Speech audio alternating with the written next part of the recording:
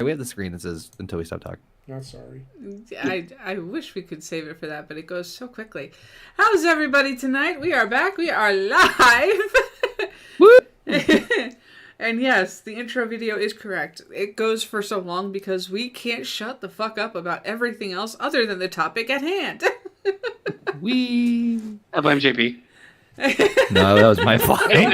You're the one that I went to listen, I went to drop a deuce and I come back and all I hear is I know the fucking title's being defended at fucking NXT and fucking shut up. Okay, hold on. Just real quick on a side note. Heather shut the door as we were talking about this, and then like the Kool-Aid man, you fucking burnt.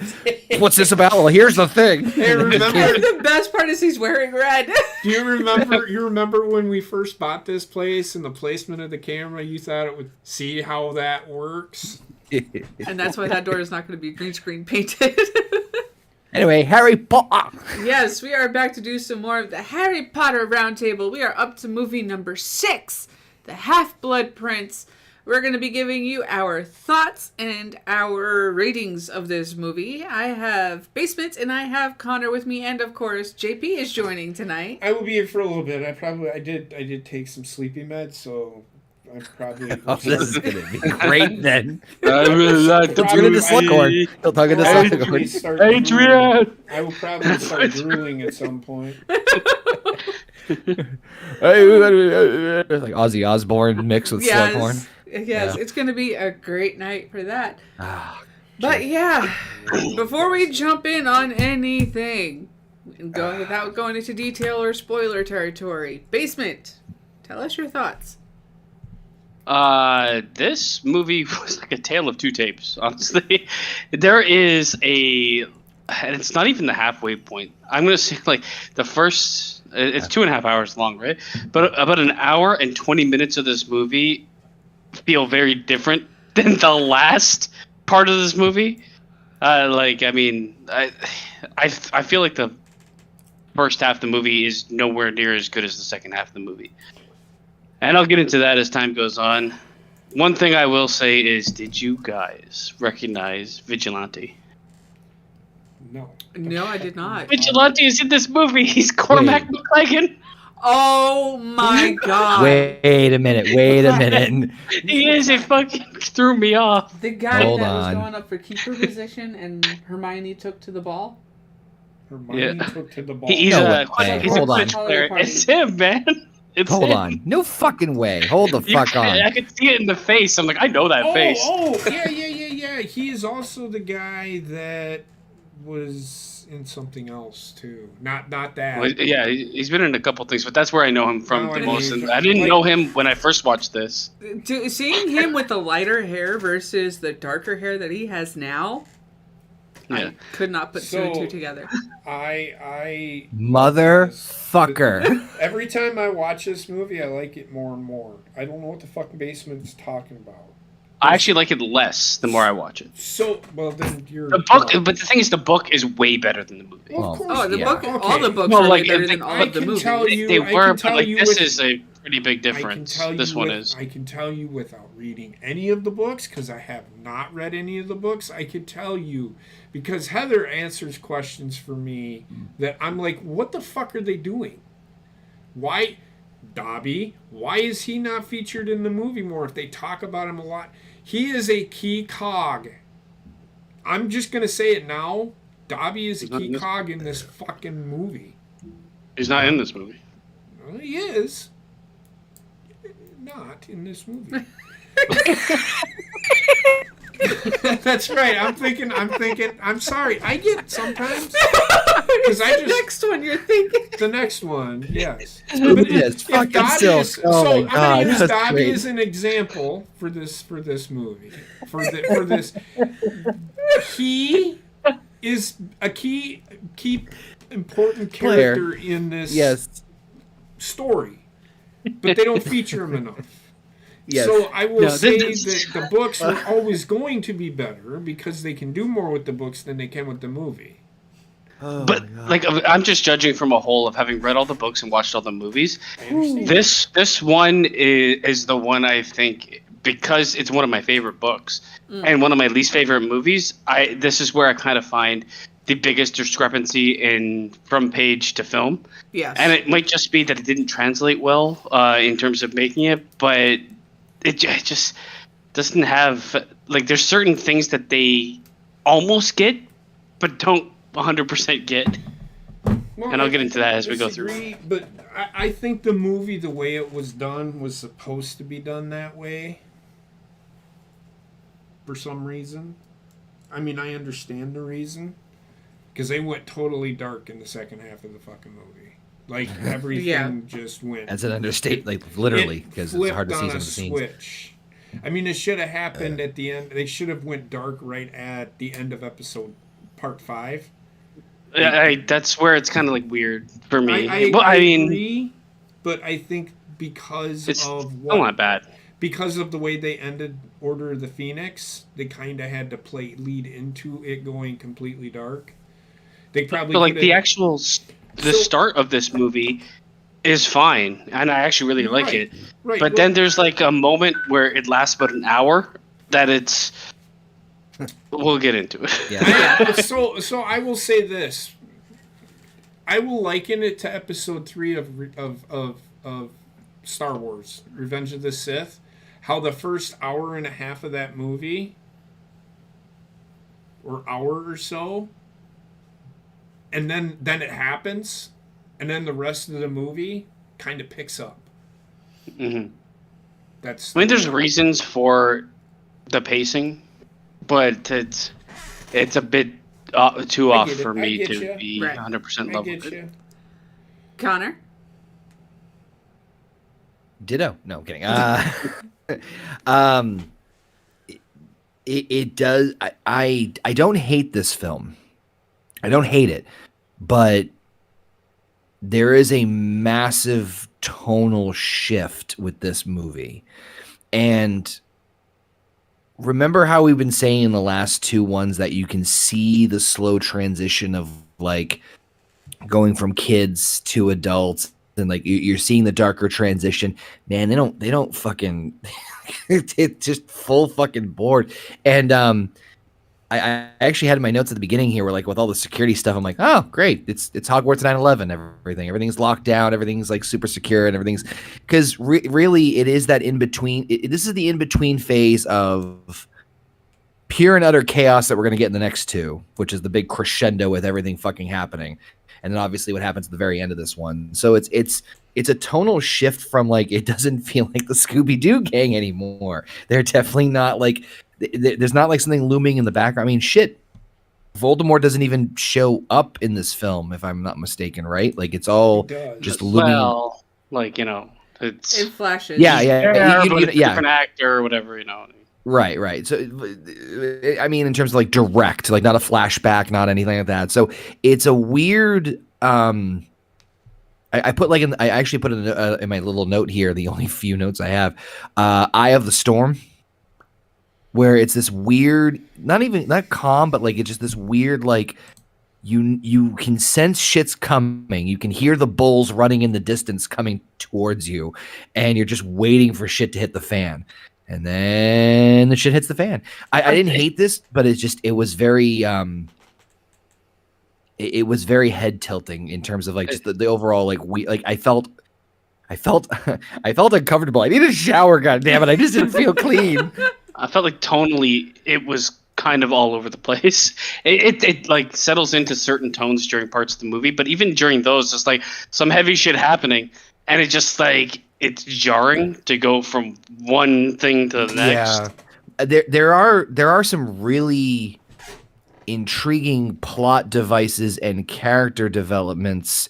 Well, I shouldn't say one development specifically, but there's others where I'm like, where the fuck did this come from? But we'll get there when we get there. Yeah.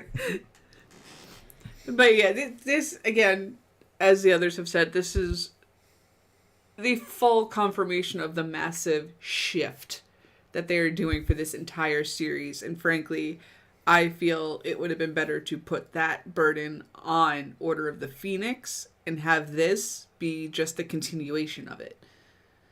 whereas they didn't particularly carry through with the darkness and the real threat that Voldemort is actually fucking back, and that the Minister of Magic and all of the Ministry knows that he's back. It kind of falls flat on certain things with that for myself. What do you mean? You really need an explanation further than that? No, I don't agree. I think that what they did, they know at the end of the Order of the Phoenix, Fudge says he's back. So you don't really need them to justify that. Well, they kind of like skip over a lot of what the reaction should be to it being like, oh, I'm just reading the newspaper about everything going on. Like, it's the things that they chose to portray on screen sometimes in this movie are kind of strange to me. Like the picking and choosing from the book. Yeah. There's some subtleties that they allude to in the film, and that could be just because of the whole same thing as we said about Order of the Phoenix, where it's like you have a condensed version. You have to pick and choose certain things. You have to like. I feel like Order of the Phoenix nailed it though. They picked everything that they need to pick. This book, this movie. Not so much.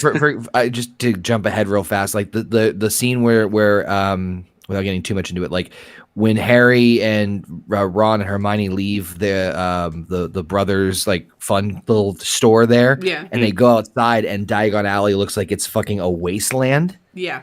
That I thought was like, ooh, that could like little shit like that. I would have appreciated more, but I agree with the sentiment of that. Like they sort of allude to it, but not as much as I would hope to have. You would think that with the Ministry knowing that he's back, that they would have increased security everywhere and not had what happened on Diagon Alley happen. Kind of like they suck, right? Right. Well, the thing is that's like the Ministry was featured so heavily in the last movie that you kind of wanted to see something.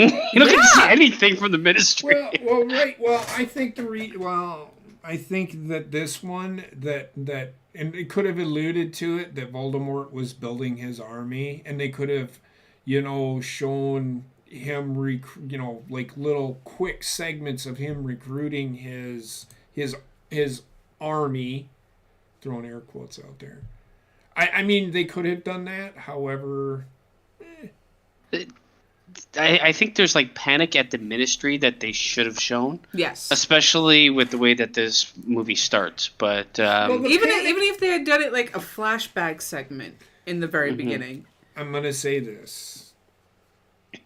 I think the panic really started when what happens at the end of the not spoiling. That's how this movie starts, JP. This movie starts at the very end of the last movie. No. That's not what I'm saying. What I'm saying is the idea that Voldemort is back. We still don't need to worry about it because if you remember, Hermione Granger says, and I'm kind of spoiling things. If you haven't watched this movie, you're a fucking idiot. Sorry. Hermione Granger says, as long as Dumbledore is here, you can't be harmed.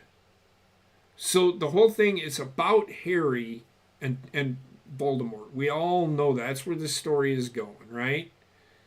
And I think that once something happens to Dumbledore, that's when everybody will start fearing, oh my God, I don't know, is Harry really the chosen one? Because we're putting our faith in a 16, 17-year-old kid to defeat one of the most powerful Dark Lords ever. I mean, like Luke? Yes. The thing is, like, what I was hoping for more when I say, like, the Ministry's involvement is to see that part, because the way this movie starts heavily shows that it's not just fucking wizards that are seeing this shit. It's impacting everybody. Where you want to kind of see like the political involvement with the Ministry a bit more than just text on a piece of paper, and that's what I'm saying when it's a missed opportunity. Yeah, and it's like I said, even if they had done it as like a flashback, like they started this movie out with the very ending of the last movie, just adding in just a few seconds of the Ministry, like, shit, how did he come back? What are we going to do? What plans do we have in place? What auras do we have left? Well, the thing it's something like that at the very beginning, which would have only been 5 to 10 seconds more on the runtime. Harry did tell them that he was back and how he came back because Harry was there. They didn't freaking believe him, so you don't really need that explanation. We never get to see the Wizarding World's reaction to him coming back. That's the issue. We don't get to feel the other people's brevity to understanding that no, this isn't just like fucking like some sort of like gossip tabloid rumor, because everyone was in denial of the last one, which I still say was a great plot point of the last one. Yeah. But you don't necessarily feel that across the Wizarding world as much. You feel it with like the immediate characters or like the secondary characters like the Weasleys, and man, they've hoped they had house insurance. But Cornelius Fudge is not the Ministry of Magic. He resigned after. So that they basically gloss over the vindication of Harry, and just start at where they start.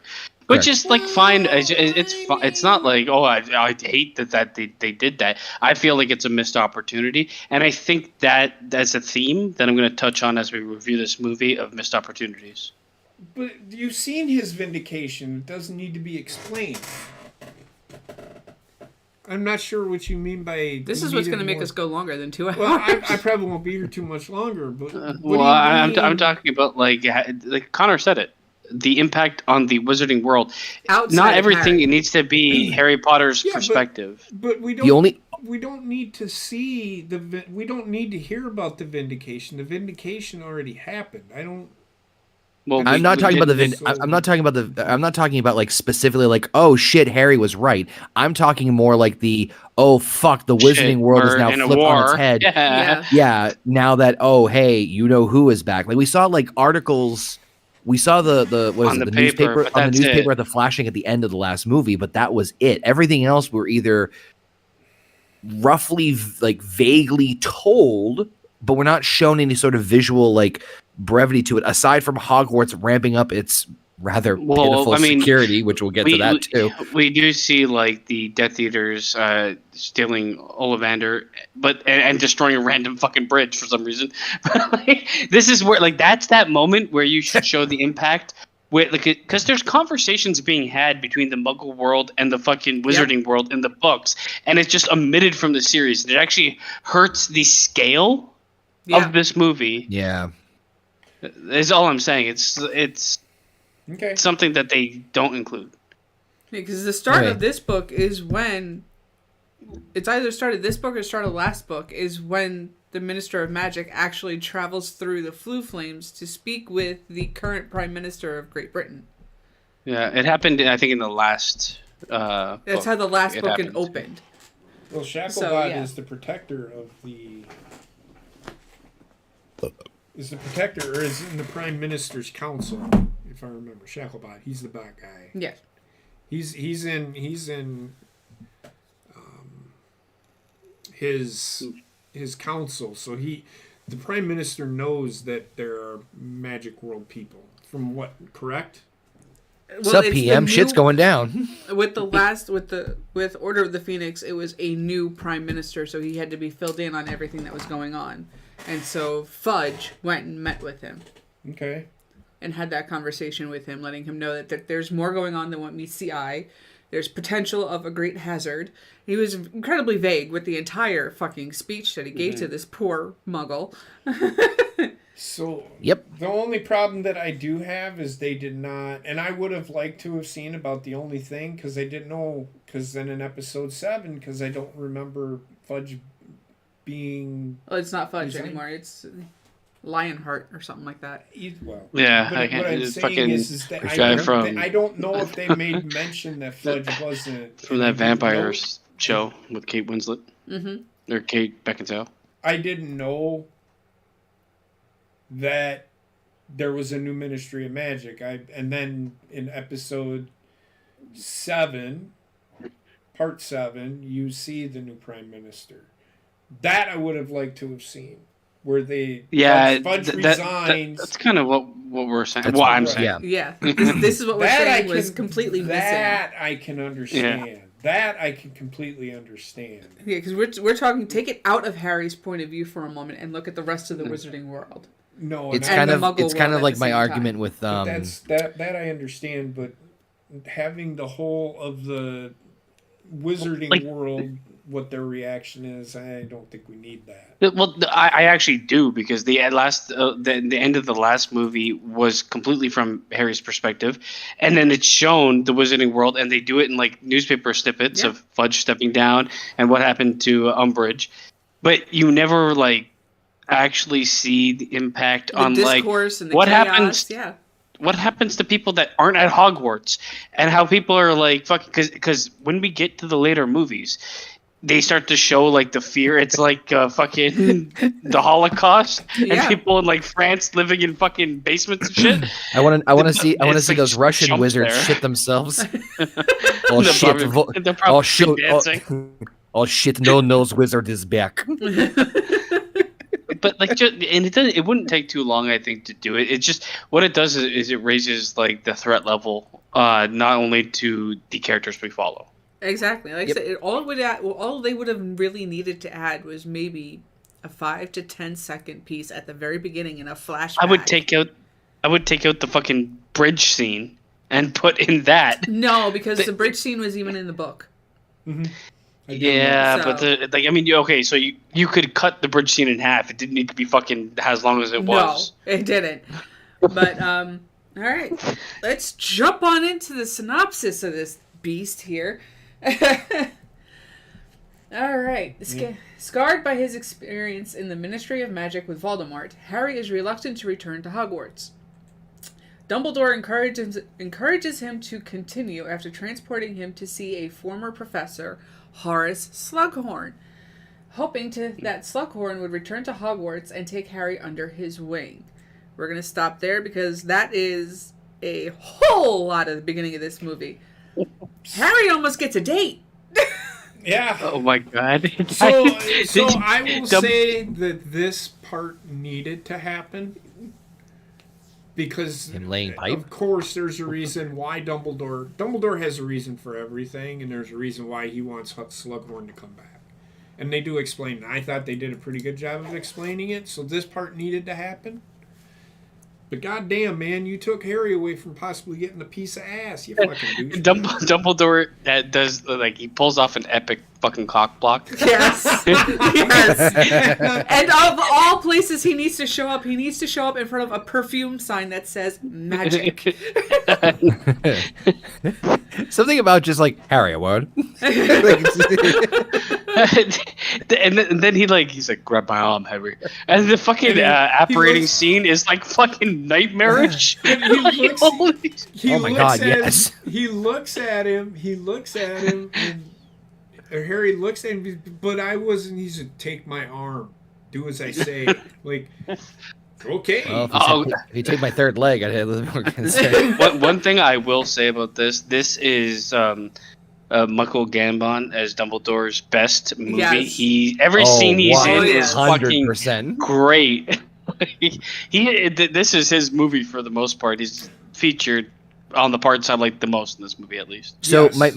I had a note here that like my biggest complaint about him in Order of the Phoenix was that he was so fucking detached and he wasn't really himself. Which again, they explained the plot and blah blah blah. But obviously, it was money. But Yeah. this makes up for it in spades. Oh yes. Yeah, and two, I haven't been here. I was kind of confused. Why is Dumbledore ignoring Harry? And then he explains as to why he thought if he disconnected from It's Harry, a rather weak explanation, but I think It is, but at the same It's time, basically it to not isn't. have Voldemort know what he's doing. Right. the thing is Which Voldemort makes sense. as But we're Voldemort- given way more information about how that fucking connection works than Dumbledore ever is, because they're assuming what's happening to Harry is happening 100% to Voldemort as well, so that he's seeing as much as Harry's seeing, and like with all the secrets they have, it's like an extreme. I don't know why you wouldn't fucking, if you think this is gonna happen, train him to protect himself before Yeah. it's happening. 'Cause, You would like, he think. like, there's some inconsistencies there. Well, doesn't Harry explain? He's like, I can't. Well, if they knew, what we're saying is, if they knew that this was a possibility, period, why did they not sit there, pull him aside, and say, "Listen"? I don't think they knew that. But they acted on it. You're giving away. You're giving. you're giving away part 2 of episode 7 if you explain why it's happening. They can't explain it, so why should it be explained? They can't explain it, yet they train him to protect from it, but they train him to protect from it way late in the game. Yes. Even after they've acted on the idea that it's happening. Well, even so with my thinking, I think even if that was a thing, I still don't think because of what happened. You know what I'm talking about. Proof that Wouldn't have adults worked suck. stopping Voldemort from entering his mind is what I'm getting at. I don't think that would have mattered, them training him. I don't think it, because, and it'll happen in episode or part 2 or part 1 of book 7 where Harry enters Voldemort's mind. Yeah, There's there's a connection there. It's just they act on it by stopping people from writing to him. They basically lock him out of everybody in the last book before they even attempt to be like, this is how you block out your mind. That'll work. Which is weird to me, but whatever. That's the other book we talked about that, or the other movie we talked about that for a long time. So I had a question because they go to Slughorn's place, right? Well, it's not his and place. Walks through there. Yeah. It's no, a no, Muggle's it's place that he is crashing in to hide from Death Eaters. Yeah. Yeah. Sonny's house. So- Breaking and entering. Which was strange to me because he's like, oh yeah, this is a Muggle's place. And then as soon as he, Dumbledore leaves, she's like, this is my wall of people I love. And then in a house I don't own. Dumbledore goes, I gotta drop a deuce. Hey, can I take this Knitting? I do so love knitting patterns. Like, what the fuck is going on here? It's not even your fucking house. And he's like, yeah, sure, go ahead. Why not? Fucking take it. I put Sticky Bandits vibe from Home Alone. Yes! I just found it funny that he is he's in some other person's house, yet he still has fucking mantle of fucking collections. That travels with him everywhere. It goes with him everywhere. Which is telling for how creepy he kind of is. Oh yeah. Oh, definitely. I mean, not the last time. How much he went on about the fucking Quidditch player that is part of his collection. Like, come on. I do feel like the collection aspect of his character was conveyed better in the books. Yeah. It's a hard thing to convey in the movies, and they do touch on it a lot, so but I guess the weirdness of it is conveyed better in the books. That's so and so. He's circumcised, Like, what the fuck? So that's why he's one of mine. It almost goes that deep in the fucking book. Yeah, he's creepily obsessed with B-list celebrities. Right. But this also the fact that he transfigured himself into the biggest, comfiest armchair you could find on the fucking planet, and that is the only thing not destroyed in the house. Like, did you not really think that is going to be the first thing they notice? Well, the thing what is he just sitting there, fucking doing nothing? Yeah, forever. They made what gave him away was the slippers under the fucking chair. Yeah, the shoes were right there in front, perfectly placed. Yeah. But it was also the fact that the entire place was trashed with fucking blood on the ceiling. But that chair is in perfect mint condition and the slippers are entirely undisturbed. Do you think they're not going to notice that? I do love how they write how Dumbledore handles it. He's like, I'm here, and no, I don't really care about you getting a job. I'm going to go take a shit. Yeah. And it allows Harry to fucking convince him to join the school. He comes back and he's like, no, I just came here to take a shit and steal your book. Well, he did. But Slughorn did say to him, I know why you're here. My answer is still no. So then he's like, and then when he gets ready to catching leave, a fish with Harry when he as gets the ready lure. to leave, he goes, I know when it's a lost cause. But can I take this Knitting Patterns magazine? It reminds me of it's that scene from Rick and Morty. Oh my god, you just crushed the Citadel. I'm gonna take a huge shit. That is a power move, is what I'm saying. Yeah. The funniest thing too is after fucking Dumbledore cock blocks Harry, he drops his ass off in the fucking water. Yeah. Just drops him in the middle of a giant fucking puddle. He could have dropped him anywhere. He drops him in the water. Like, what a fucking dick.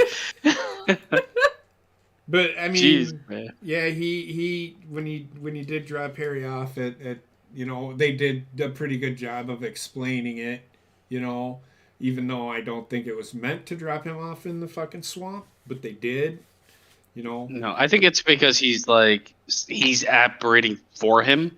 Yeah, Yes. That's kind of like not a science, but it's like just the series of events of him being super cockblocked, then leaving him in water. She really was beautiful, Gee, Harry. Yeah, no shit, old man. Harry wanted to get his wand wet, man. Fuck. Did you see that hair? Yeah, but it was I enjoyed this part of the movie. Yeah, I did too. I love Any part with when Dumbledore. Molly comes up to Harry and she's like, "Why did you tell me you were coming?" Well, Dumbledore, and that's all he says. And that's where the explanation comes in. I mean, I could say, why did he? They need to explain apparating a little better in this They do in the movie. book, and frankly, the way In they the book, describe it yeah. in the book makes me want to barf hearing the process of it. Yeah. It seems It's like, like if it feels if the feeling of it is, it feels like you're being sucked. All of your insides are being sucked out through your belly button. didn't they explain it in episode? Didn't he say that in episode 4? Because that was the first time he apparated. No, that was just That was Porky. Port- That was a the Porky. Porky. But I think Porky's pretty. It's All the close. transportation methods sound fucking horrible when you actually. Sorry, the phrase "isn't that the first time he apparated?" for some reason just really fucking tickles me. We're pretty much at the part that I had. This is like an ongoing gripe with me in this series, but in this movie specifically, I fucking hate Ginny. No, I yeah. don't. I actually like. The interactions with her and Harry are just soulless. It's It more is- like she's greeting her brother rather than somebody she wants to eventually fuck. Yeah. It's one of the whole dynamic of the two of them is really like Forced? what the fuck. It's awkward, but it's not like cute awkward. It's just fucking bad casting awkward. Or they just don't get along. It seems like they fucking hate each other off fucking screen. like Ron and Hermione's has been gradually teased and like, you know, ups, downs, sides to sides and all that Yeah. stuff. This one teased seems a lot more out of left fucking field in this film. Like they had the one moment where like I can't remember which one it was. This is the second movie where she freezes and then like runs off and then just like that's Yeah. all we really know. Like Yeah. the whole like dynamic of them is just very like head tilting in the entire fucking movie. I mean, I didn't mind it. It didn't take me out of that. Let me tie your shoe. It does kind of take me out as the fucking movie goes along because you don't feel any chemistry and the weird interactions they have are like, Well, I don't know if they're gonna be fucking joining a fucking a soaking party later on because it's like fucking. Welcome to Slughorn's soaking party. I don't think that she wasn't in it that much though. A few. She was pretty heavily featured within an hour. I liked her a lot more in the previous movie. This movie, the interactions, and it's strictly like this awkward like attraction scenes between her and Harry, and none of them hit. Yeah, I mean, I could see that, but then again, you got to remember she is dating somebody else. It doesn't Right, matter. There's no but chemistry. In the It's just- beginning of the it's- movie, she is dating somebody else. It's Yeah, terrible. what I'm just saying is that it wasn't. It just seemed like it was a very big left turn. Also, the actor and actress have absolutely no chemistry. It's Yeah. an unbelievable. Let me tie your shoe, on-screen Harry. romance. How did you know what I like? Ah, I mean, I don't think their romance is really the centric to the story, which is why, yeah, I get what No. you're saying, but There's a lot of time spent around romance in this movie that I don't like. oh yeah, And some of it's required. Some of it is filler that goes on far too long. well, the stuff with fucking, yeah. Go ahead, Thank you. we'll get there. Thank you. Meanwhile, Death Eaters begin to wreak havoc both towards Muggles destroying the Millennium Bridge and wizards kidnapping the Wand Maker, Mr. Ollivander, and destroying his Diagon Alley shop. Bellatrix Lestrange entreats Severus Snape to enter an unbreakable vow with Draco Malfoy's mother Narcissa, assuring that he will complete the task assigned to Draco should Draco fail, and that he will protect him and make sure he doesn't get hurt. Harry, Ron, and Hermione, while in Diagon Alley, spot Draco entering Borgin and Burke's and taking part in a ritual with other Death Eaters and becoming suspicious of his actions. We're going to pause it right there. Ritual? I thought they were just looking for something. They were about, since Harry, Hermione, and Ron were about to be caught up on the roof by Greyback, sorry. He couldn't fully see what was going on, and just it took us away from that scene. But that was the ritual in where Draco got the dark mark. Oh, the yes. I liked this part. Love the epic foreshadowing. Mm-hmm. The line of the I fooled the most powerful wizard in the world. Especially the part with the three, Severus and Narcissa and poor Bellatrix. Wormtail. Well, Wormtail's a fucking idiot. He is, but he is so abused. Well, it's his fault.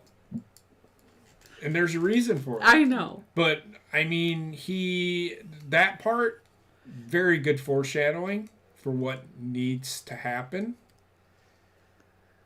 I loved it. I didn't quite understand. I know they went to Borgin and Burke's. They went there and they found what do they call them? The disappearing cabinet. The disappearing cabinet. The cabinet. So they're now plotting the Death Eaters. They're now I kind of figured it out before it even started that they were gonna somehow have the Death Eaters sneak into the Hogwarts. A huge nitpick of mine is that they do the unbreakable vow, and it's never fully fucking explained in this movie. What happens if you break it?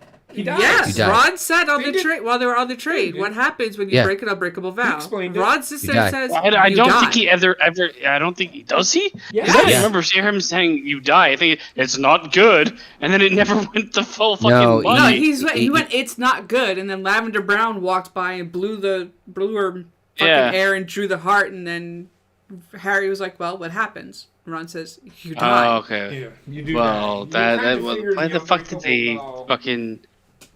As soon as I saw Lavender Brown, I'm like, not this again. Yeah. So stop paying attention.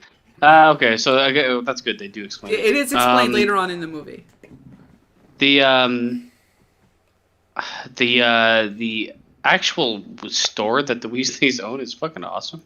Yes, which actually, little Easter egg about that.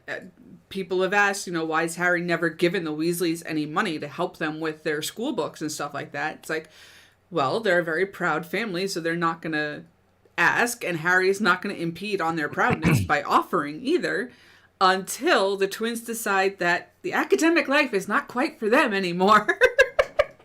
From the last one. It doesn't he gives them money to open a shop, right? Or helps them in some way. Most of his Triwizard tournament winnings to open that shop.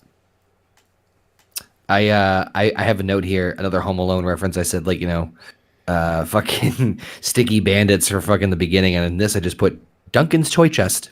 Yeah. Yeah, it's a really interesting set piece for showing how they're doing.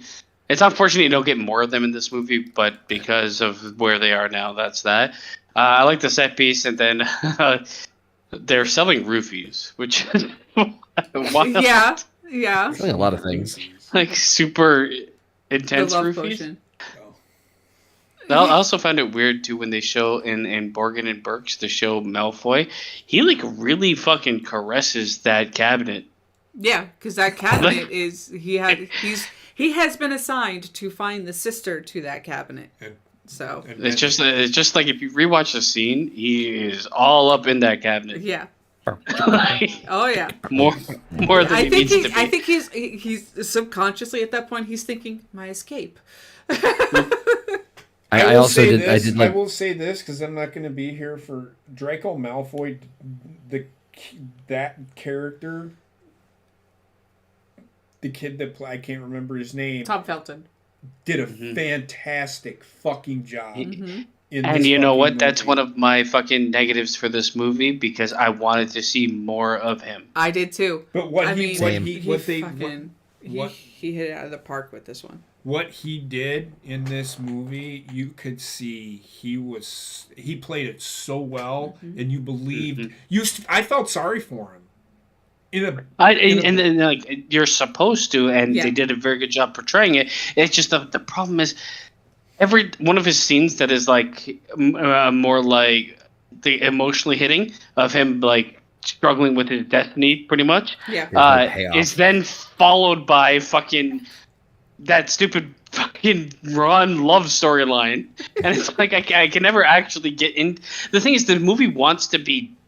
It should be more dark than it is. Yeah. They're definitely still pushing the young adult aspect of it while trying to keep people from getting traumatized. But the Malfoy character suffers for it overall, even though I think they're like 75% of the way there with the way they portray Malfoy in this movie.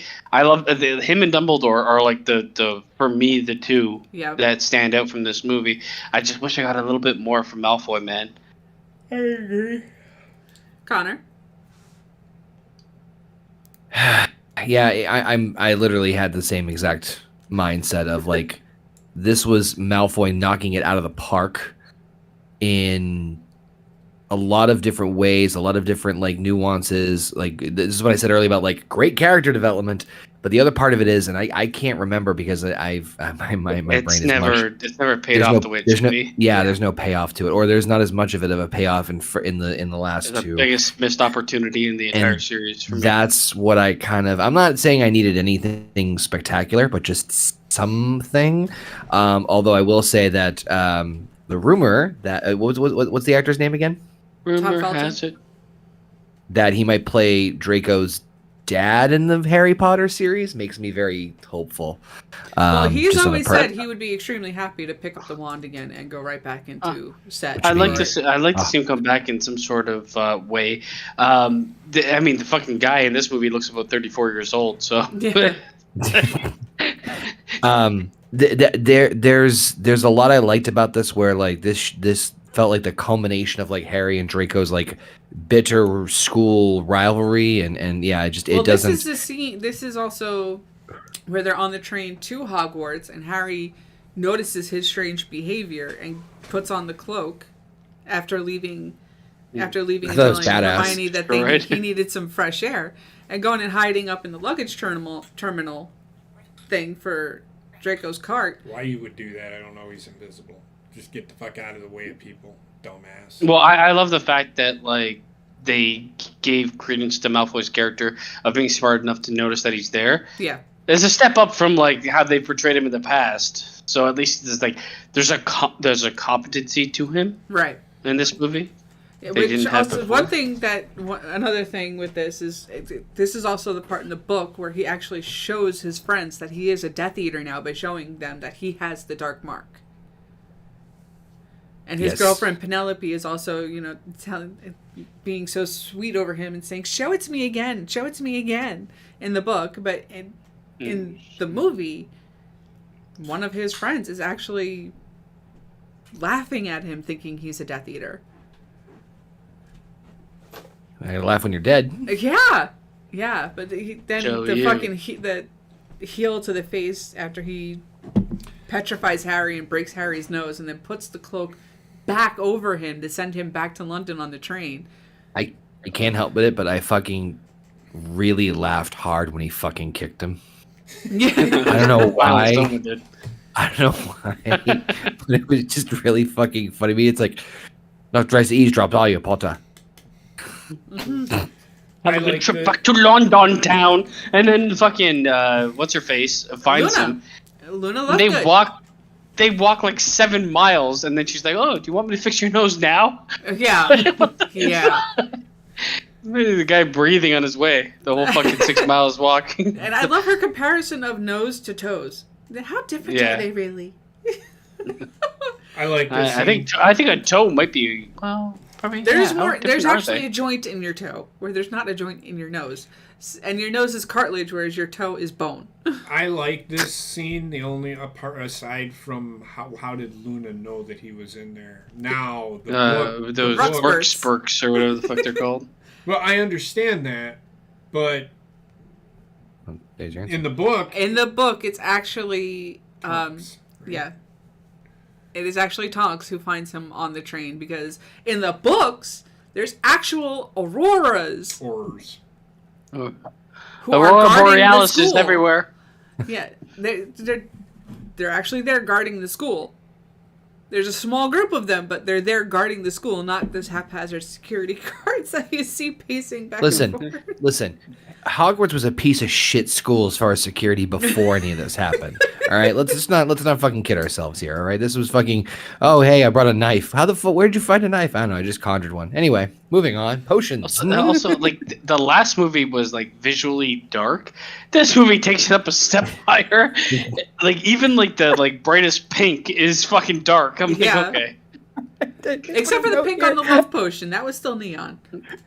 I put Harry Potter in the half tint prince. Seriously, and there's some scenes that suffer for it, and there's some scenes that like excel because of it. There's a scene later on. I'll talk about the color grading. It's like holy fucking Christ, man. Yeah, at some point everything just ends up being a very pale green. Was this made by Zack Snyder? All right, moving on. At Hogwarts, the school is under tight security to prevent the Death Eaters from entering the school. With Yeah, because they did such a Slughorn- great job last time. Oh yeah. With Slughorn back to teach potions, Snape is given the Defense Against the Dark Arts class. Dada. Yeah. He finally gets his dream of being the dark arts teacher. Yeah, dada. Harry and Ron are encouraged by Professor McGonagall to take up potions now that Slughorn, with lowered standards, is teaching the class. However, as neither was expecting to take the course, they have to find textbooks for themselves in the bookcase. Harry's book is noted with more exact instructions to complete potions, giving him an edge over the other students. He finds that it once belonged to the Half-Blood Prince, a term Hermione cannot figure out. Meanwhile, Ron becomes the successful Gryffindor's Quidditch goalie, attracting the love of Lavender Brown, much to Hermione's chagrin. Harry is also upset over Ginny's attraction to Dean Thomas. During the Christmas break, while Harry and Ron are at the Burrow, the Death Eaters, with Bellatrix in charge, come intending to kidnap Harry, but are forced to retreat after they are outnumbered by the Order of the Phoenix. I don't remember that. It's Fire where on they the go house. running out into the field. Harry and Ginny. Okay. Gotcha. Fire in the house. Before they leave, they set fire to the Burrow, and the Weasleys are gathered outside the house, leaving Harry regretting the evil he has brought upon the people he cares about. All right, we're gonna pause it there because that's a shit ton of stuff. Oh yeah. Mm-hmm. Snape finally landing the arts against the defense you got against it. the Dada. dark Dada. arts Dada. class. Defense against the dark arts. Dada. Daddy. Yeah. Father. I love the idea of him getting the role, and then I love the fact that we fucking never see anything see him in a from it. class? Fucking annoys the shit out of me. The only class we've ever seen him teach was the one where he substituted for Remus Lupin. Did you turn to page and 394? the first time he was in potions at the very beginning of the show. Yeah, at the very Yeah. beginning of the Whatever. series Yeah.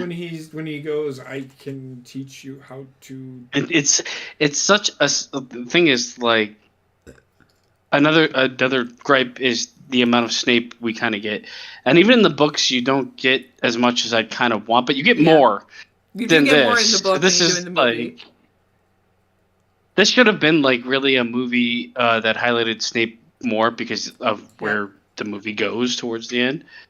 But whatever, Slughorn for life. We see a lot of this motherfucker.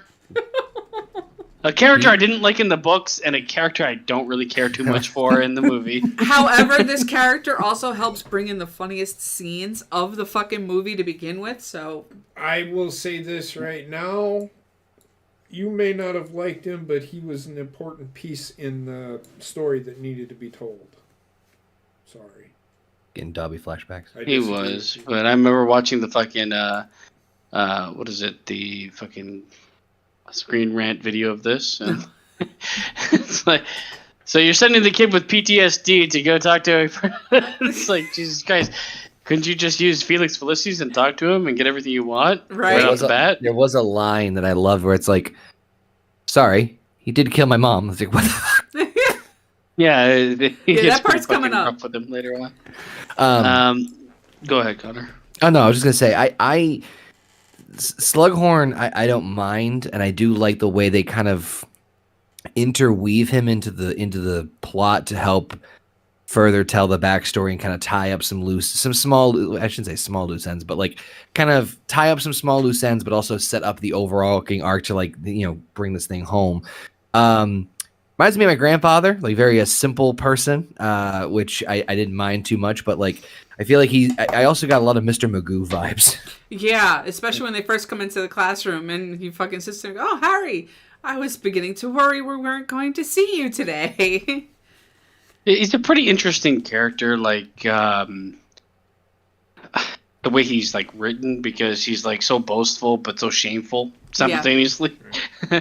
So it's pretty interesting. Okay, so there's a moment when he's like, "We're gonna make living death potion," and he's showing all these other potions that they had, and they showed the like roofie fucking love potion, the most powerful love potion on the planet, and you have it in a room full of teenage girls. Yeah, smart move. The girl on the left, the girl that is fucking in love with Ron, if you look at her face, she's like fucking orgasming while she's looking at it. Right? I was like, this is so fucking, what the hell? Yeah, and I love the fact that they struggled for the books. That's perfect, because one looks great, one looks for the newest one. Yeah. That's Harry and Ron. That's Harry and Ron in a nutshell, though. Yeah, that was perfect. Yeah. Just they didn't need to show it, but it really added to the scene for me. Yeah, it does. With them silently fighting over the book, Slughorn continues on with the class, and Hermione's favorite scents that attract her the most are parchment, mint toothpaste, spearmint toothpaste. Because it's a callback to the very beginning of the movie where she's like, "Oh, you smell like spearmint toothpaste, Ron." And that's why she's smelling it there. But one thing I did like is the way that they changed the memories, like, and how you view them. And the last time we saw this, you were like sucked in. In this one, it like creates a scene through smoke, but the thing I thought was really cool is like it's showing Dumbledore walking, and the people passing by this originally on bikes and stuff, you can't see any of their features because there's no way he'd remember them. Right. They're not really part of that memory. Yeah. Like it really nice way of doing it. Yeah. Yep. And then the next thing I said is, "Oh my God, Cormac McLaglen is vigilante." I did not catch that because the curly hair threw me the fuck off. But by the way, I also noted that when about the Half-Blood Prince book, it's not real because no one, he didn't write the fucking 6-line S that we all drew in our fucking textbooks in school. Oh God, that stupid fucking thing. Oh my God.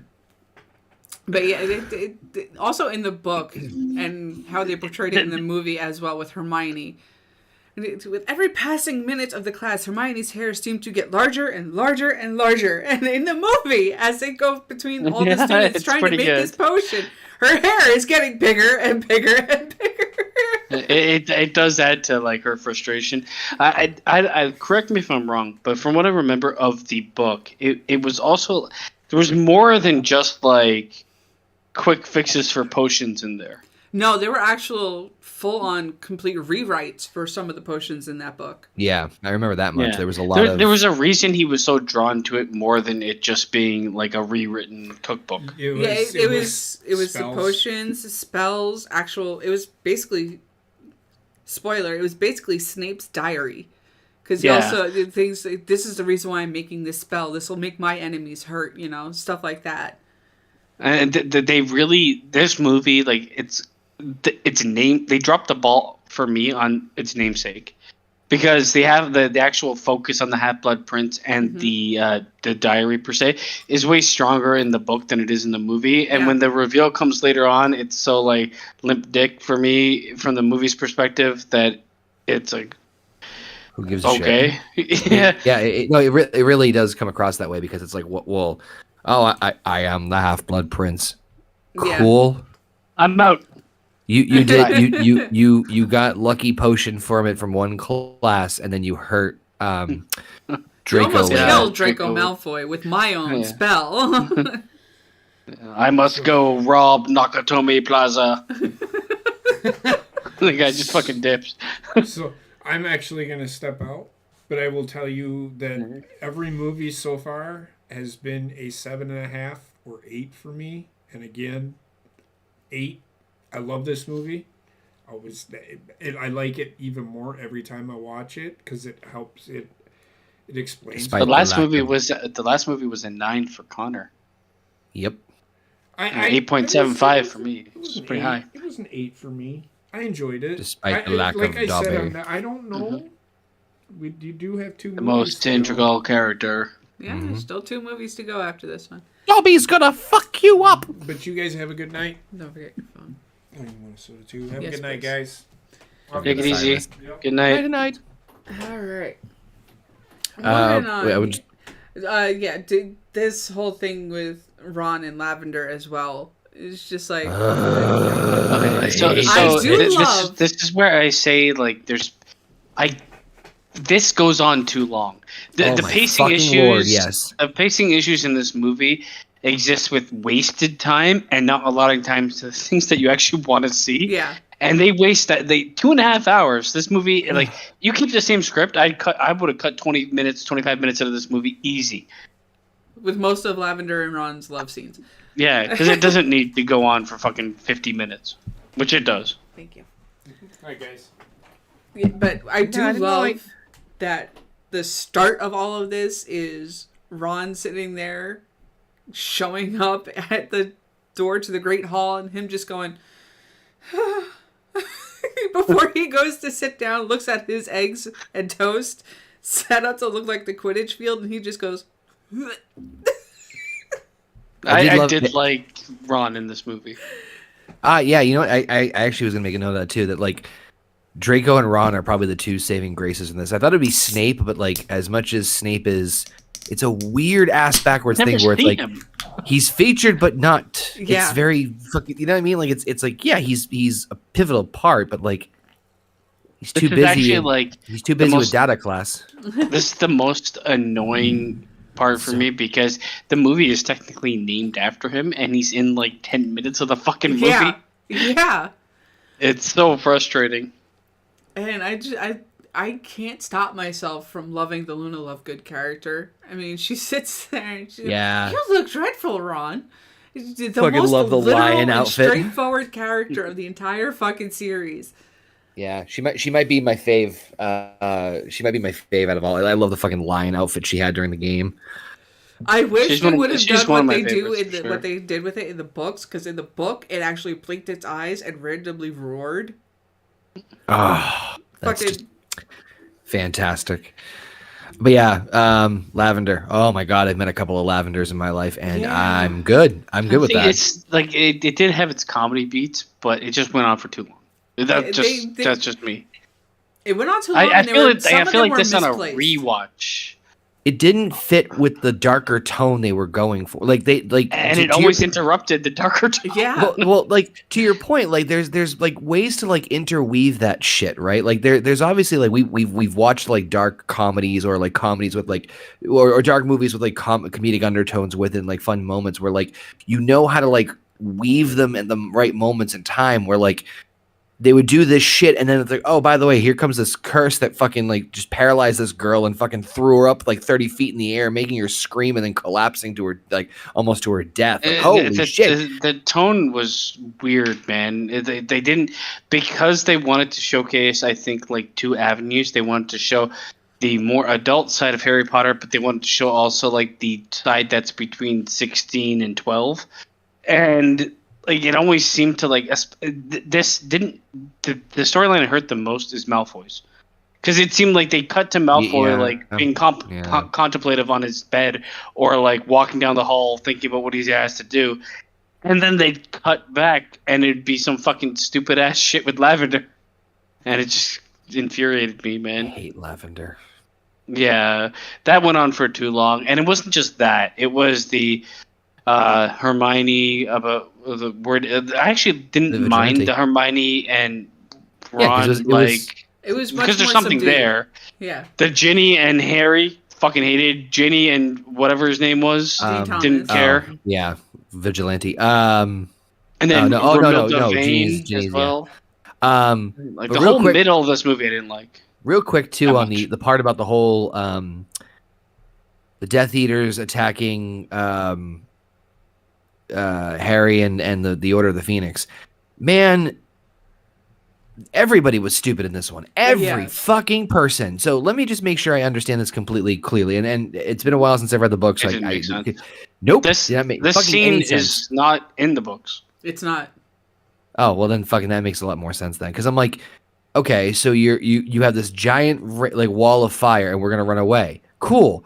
Instinctively, my thought process would be, hey, we need to stop and prevent this fire from hitting the house. Nope, fuck that noise. I'm gonna run out, chase after these people in this like thickly settled area where we can very easily get fucking ambushed. And then on top of that, gonna go into an open area where away from the thickly settled area where the bad guys have the fucking advantage of not being able to be seen. So I don't know where the fuck they're coming from. Then everyone's gonna chase after me, and then while we're gone, YOLO, and then fucking break and fucking set everything else on fire. Like it just everyone's stupid in this scene. Even the big guys were dumb. Yeah, it shouldn't have been in the movie. And Heather read in the notes, their intent to kidnap Harry. Did anybody get that vibe No. from this attack? No, this felt more okay, like just thank an Christ. attack on a Ministry member. Oh my fucking This scene is one of the worst. Visually cool. They wanted to add like an action excitement scene to spice up the movie. I get what they're doing Visually, because a lot of this movie is like symbolic or like slow. Yeah, In terms of like story, I like not a lot of action is going on. They need to add something, right? True. But it just doesn't really make a lot of sense, and it doesn't make any sense with the way this movie ends. Oh yeah, we'll get there. Visually, I think the idea of like the house being on fire was like, oh man, it's another loss, another like L in the L. Fine, but like everything else around it, including the fire, literally just fucking stupid. I am also noticing that this kind of skips over that part with Katie Bell. Yeah, that was fucking shredded of a horror movie. Yeah, I mean, Katie Bell shit. Oh my god. I mean, it's fucking. First, them on the way there, and Hermione sitting there and bringing up. I am curious about this Half-Blood Prince character, so I went to, and then Ron and Harry cut her off with the library, and then saying that she found nothing, and Harry said, "Well, that's it then. Yeah. Nothing to worry about." And then showing up at the Three Broomsticks. On the way there, though. They're basically following Slughorn, and Slughorn runs into Professor Flitwick. And Flitwick is very eager to not spend any time whatsoever with Slughorn. Slughorn seems to be like a boasting jackass kind of. Fuck this shit out. Yeah. He's like, I had a student that turned out to be president. He's that type of person where it's like, everybody I know, I've made people into. Yeah, have you seen his cock and balls? Oh, I see it here now. Never mind. Okay. His They do prostate bring up is Katie. immaculate. We also skipped over the fact that Hermione fucking cheated. That was a tryout. And confronted Well, Vigilante. they bring that up back in the dorm room after their first game. Vigilantes are But fucking you getting see- fucked in all the different franchises. This is like one of those interaction pieces that Harry and Ginny needed. Something more than just stolen glances and weird fucking shit. Like, Shoelace tying fellatio. In the book, it describes him as every time he sees Dean Thomas and Ginny, a weird, strong, angry monster rears its head up in my stomach. What? I think like literally, because in this franchise, I fucking couldn't believe it at this point. That fucking book, the monster book. Katie Bell, though, that was It's badass. got it here in the next one. Okay. Because I forgot it actually happens after the first pensive trip with Dumbledore. Ah, So oops. here we go. Dumbledore reveals to Harry through the pensive memories of Tom Riddle, Voldemort's original name, including a false memory from Slughorn. When Riddle asked him about a certain restricted dark art, the memory fails to reveal this art, and Dumbledore believes that the key to defeating Voldemort is to learn what dark art Riddle asked about, and instructs Harry to further confide himself to Slughorn. Using a luck potion he won earlier in the year, Harry is able to bring Slughorn... This is all over the fucking place. Yeah, we're going to stop there. Well, I mean, we could piece it in. I just watched the fucking movie. I know the order. Yeah, it's fine. This goodness. Whoever wrote this was not paying any attention.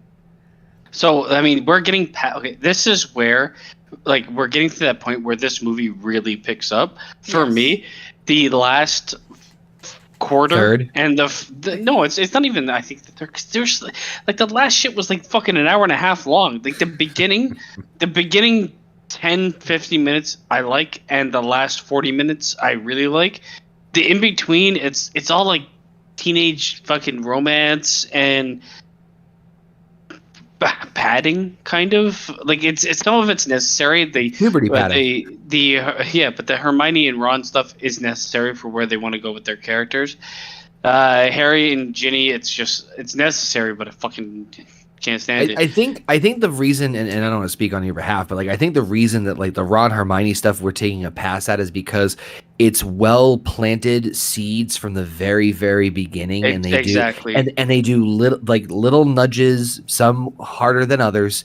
That's all they really need to do with them at this point, right? So when they go a little bit, like, I don't want to say over the top, but when they really hammer it home, when they really hammer it home in this one, it's not as like scoffed at, because it's like, okay, well, yeah, we fucking all saw this coming, versus, hey, they're hammering at home. My shoe and blow me. They're hammering at home with Ginny and fucking Harry, but there's nothing there, and it's really annoying. I think it's nothing against like the ad. I don't think Ginny's like a terrible actress or anything. I just think they have no connection, and it never is believable throughout the entire series, which is one of the. It's one of the very few like misses that this franchise has. Yeah. But again, you cast people when they're young and you can keep them in it. You never know what's going to happen. But I did feel the drag in the middle of this movie. I felt the pacing. For watching it for like a third time, I was like, oh.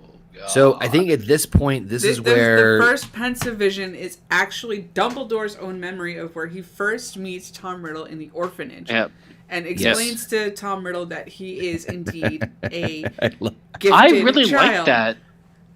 like that flashback kind of. I only have one funny comment about it. I agree. I love I love everything about it. The only part I fucking died laughing at was Dumbledore's going there to like confide with Tom Riddle, welcome him to the wizarding world, be like, hey, you're not alone, you're not a freak, you're not anything like this.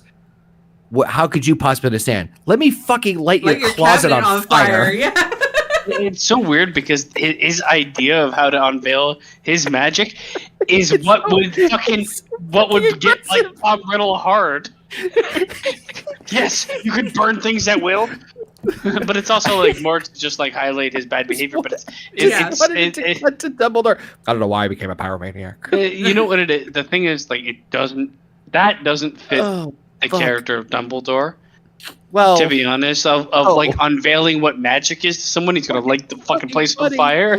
He should have lit fucking Tom Riddle on fire. In the book, though, it's stated that when Riddle sits there and says, "Prove it," to Dumbledore stares at him, and then all of a sudden his wardrobe starts violently shaking as the drawers start to pop open. And that's when he says, I think something's trying to get out of your wardrobe, Tom.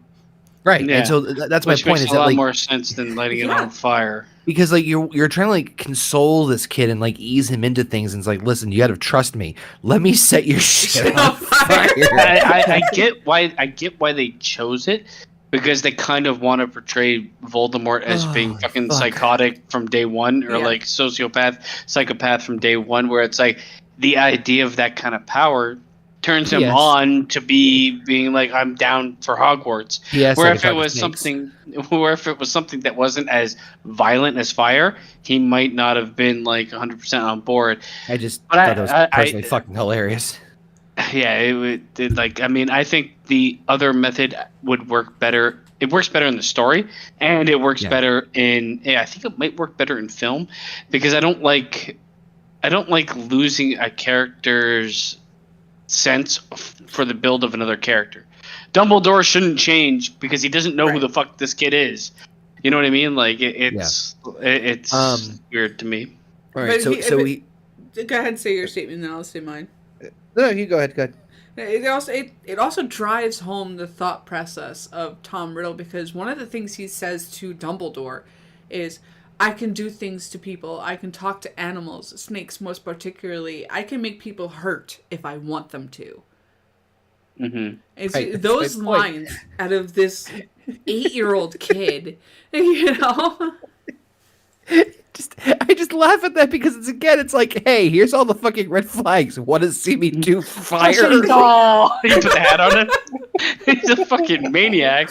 He put the sorting hat on. It's like, you want to see me kill the fucking nun, whoever she was, to let me in here? It was one of the other caretakers within the orphanage, and then he had hurt 2 other children. He said, even in the book and in the movie, they both said that he had done unspeakable things and unimaginable things to the other children.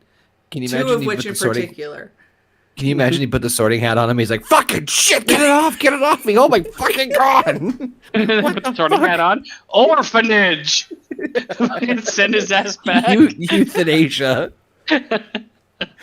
Oh my god. I normally don't say this, but kill this fucking kid right now. Also, the ending part of this scene where Harry is taken back out of the pensive, it gave me another chuckle, because it's just like, yeah, Harry, you are still a child. My god. The first thing he says, and he's staring off into space with this very serious look on his face, and he sits there, Professor, when we first met Slughorn, you said he might want to collect me. That killed me. Should I let him? And Dumbledore looks at him like, yes, you fucking moron. Yes, like the terminology of, yes, let him collect you. Yes. Oh my god. Oh god. I think this is why the sorting hat registered a lot of sex offenders over in Hogwarts. Yeah. And then so I think that's when Dumbledore also announces that he's going to be traveling, and that's when Snape brings the attention to Harry, and Draco's breaking up the Christmas party. See, there was a whole lot going on with there.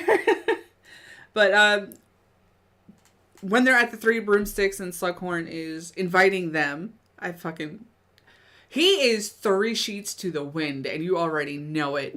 It's in half the movie, I just realized. Fucked up 99% of the time. I just realized that. But this one, him staggering over to them, oh, Harry, my boy, it's wonderful to see you here, and it sloshes his fucking butterbeer all over the place. And the first thing he sits there and says is, hands on deck, Granger. Oh my god. How you doing, Wemby? Wallenby. No, it was good to see you, Wallenby. I kind of did chuckle at the fact that he always got his name wrong, because he was obviously not going to add him to the shelf. Yeah, it's very clear that this teacher does indeed play favorites, and if you're not good at making potions, you are not a favorite. Oh my god. Let's see where we are. Oh, in the fake memory for Slughorn, I fucking laughed, because if you watch it until the end, he fucking charges at the kid swinging his arm. He's swinging his one arm like Bart Simpson. I'm gonna walk at you doing this. and like the memory ends with like Tom Riddle turning and looking into like darkness, but like at that point in time, he would clubbed to death by Slughorn's wild fist. Oh my god. It's not even just the wild fist, it's the one hand up like this, and then, I can't be bothered, I don't think he just runs at him, kind of, man. It's fucking wild. Oh my god. This is where the movie takes off, right now. Dumbledore implores... Yeah. This is also... See, this is so messed up now. Where was I? There's also like a large amount of scenes that I didn't write anything down for because I was like, I don't really have anything to add here. Yeah. This is where Dumbledore reveals that Riddle's no, because he still has to wait to figure that part out. We're at the part, at least where I am at is when Harry takes the potion and goes on tour. Did that happen that early in the movie? I thought that was closer to I don't the know. end. It is, but like that, I don't have anything between that and there is that fucking meeting, the Slughorn party, and all right, well, you've got them eating the Dragon Balls. Here, hold on. Let me see. I can pull up. I got it. I got it here. Meanwhile, Harry continues to be suspicious of Draco's actions, following him around the school, but no success in determining what he seeks. Oh, they talk about women's skin. Yeah. Harry believes Draco to be behind two indirect attempts on Dumbledore's life. One through a cursed necklace that Katie Bell, under an Imperious curse, was bringing to Dumbledore as a gift, which we just talked about. And then that would bring us to the party. The first dinner party.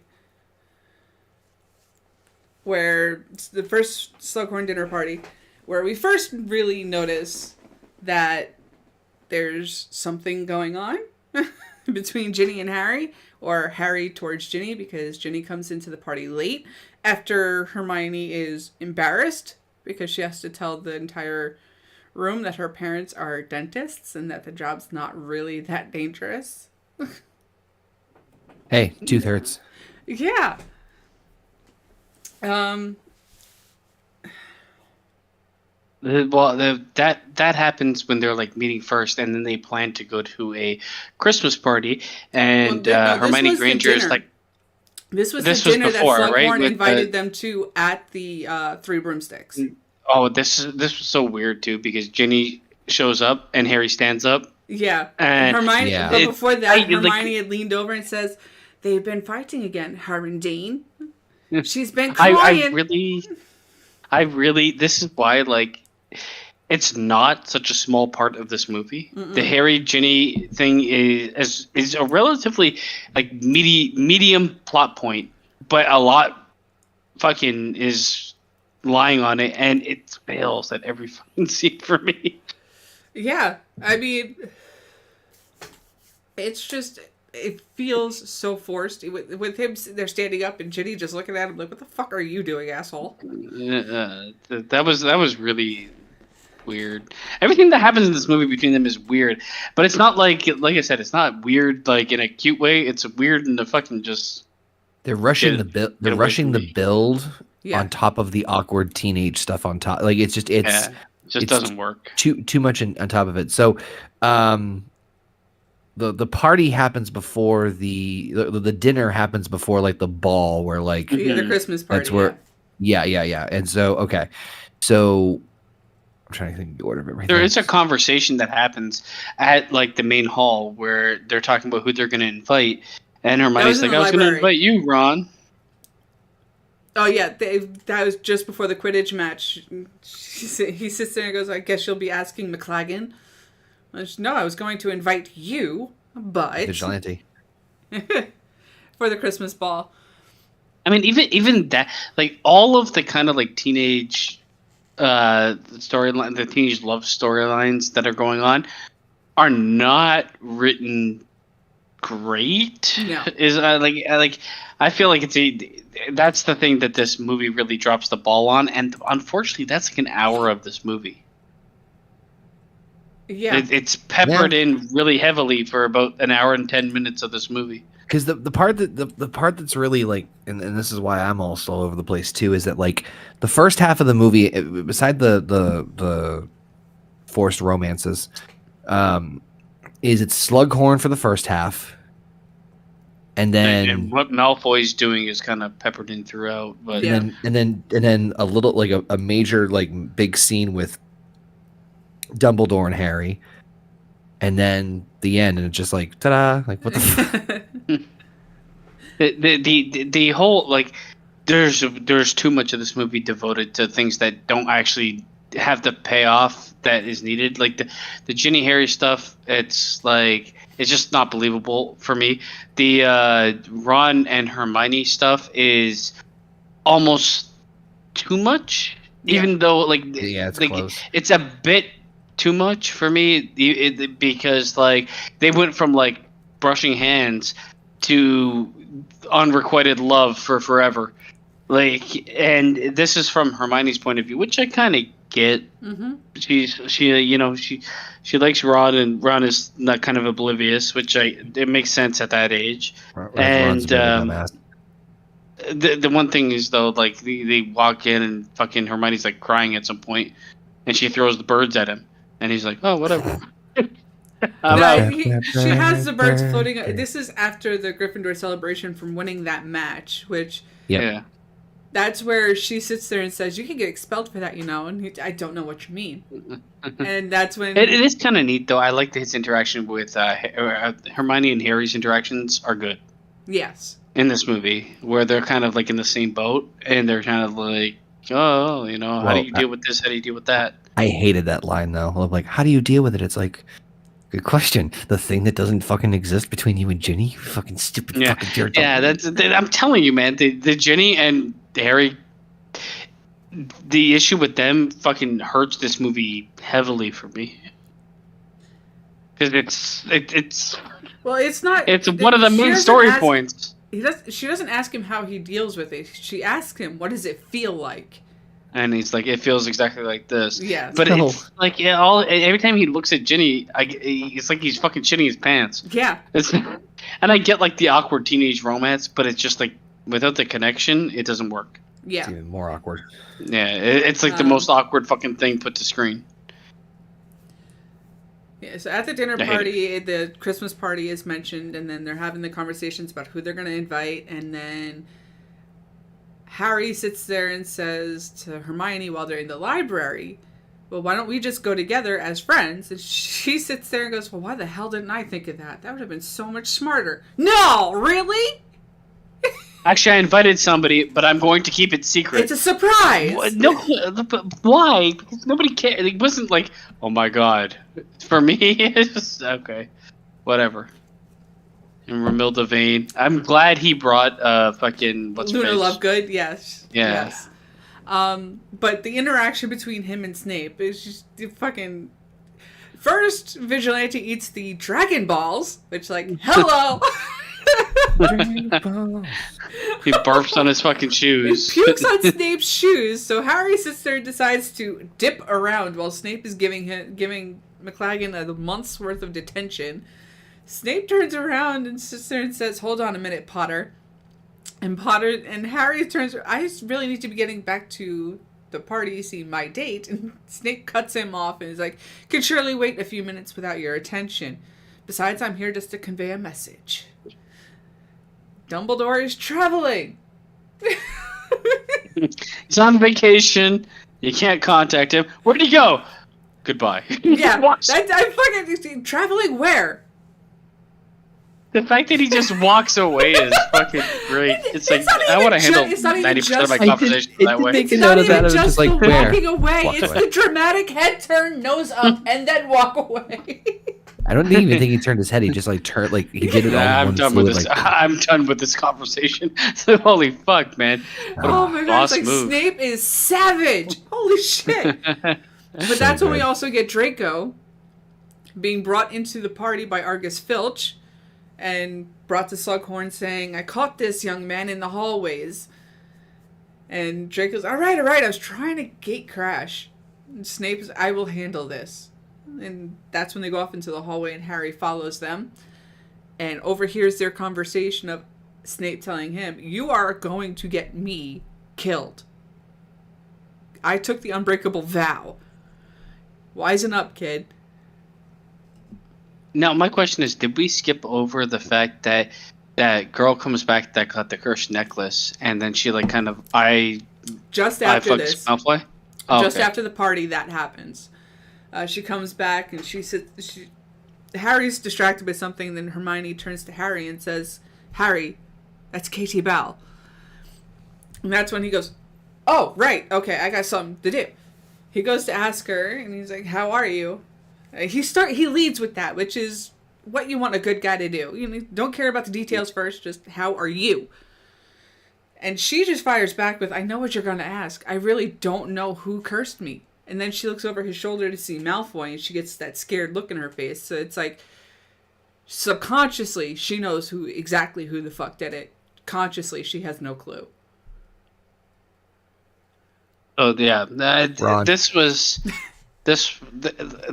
one of this is a pretty good fucking scene. Yeah, it's way better. It's better in the book, but it's much better in the book. It's not just better; it's much better. But like, it's interesting to see that like this is the mindset of. I like the way that they pivot with Malfoy versus how it's looked upon with Harry. Harry has like a destiny, right? And most of the time he faces it without cowering away. Malfoy is much weaker, and the destiny he's given is much more difficult because it involves killing someone. And well, they both do, really. But like, there's a clear like light side and a dark side to that. And Malfoy is a much weaker person.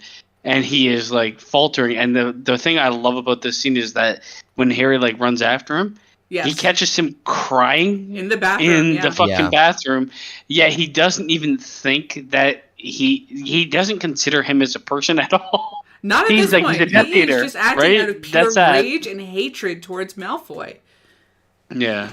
Draco was forced into all of this. He was never given a chance to be anything other than a Malfoy who had high expectations from like essentially Harry like a Potter racist. was forced into everything he's been through too. True, There's parts of the story. There's parts of the story that branch off at this. That his parents actually wanted Greyback to bite him as a child and make him a werewolf because of Voldemort wanting it to be. The Greyback character fucking throws me off because he always looks like a werewolf. Yes. Okay. Anyways, go ahead, Connor. No, the thing was that's one of the interesting dynamics of that is like it's the idea of like you're right, Harry was forced into this, but he's embracing it and he's like welcomed in with open arms, whereas Draco is kind of pushed into this role. Not even just the whole like you have to do this for like Voldemort, but like he has like essentially a racist father and a shitty family, and like he's in a way bullied into this position, and it like forced him to become, well, I shouldn't say forced, but it molded him to be this like evil, horrible, corrupt human being or wizard that just is the worst. But you can tell that like that scene where he's crying, that like a part of like that innocence of like I don't want to do this, I don't want to do this. It's not just innocence dying. He's realizing not only the stress, but the implications of what the rest of his life is going to be if he follows through with this, and he's not sure he wants that. Sorry, go ahead. I was going to say, this goes back to the argument we just had at the beginning about the whole of like the weight of Voldemort coming back, and how like this scene doesn't last long, or at least this particular part of like Draco crying, but to me it spoke volumes and had a lot of weight behind it for as little of a scene as it was, or a little part of the scene as it was. This is kind of why I am not upset, but like not completely satisfied with the amount of Malfoy we get, because he's Harry Potter's actual foil. It's not Voldemort. Right. Malfoy is the foil to Harry Potter, and it's supposed to show like Harry Potter grew up in a fucking cupboard, Malfoy grew up in riches.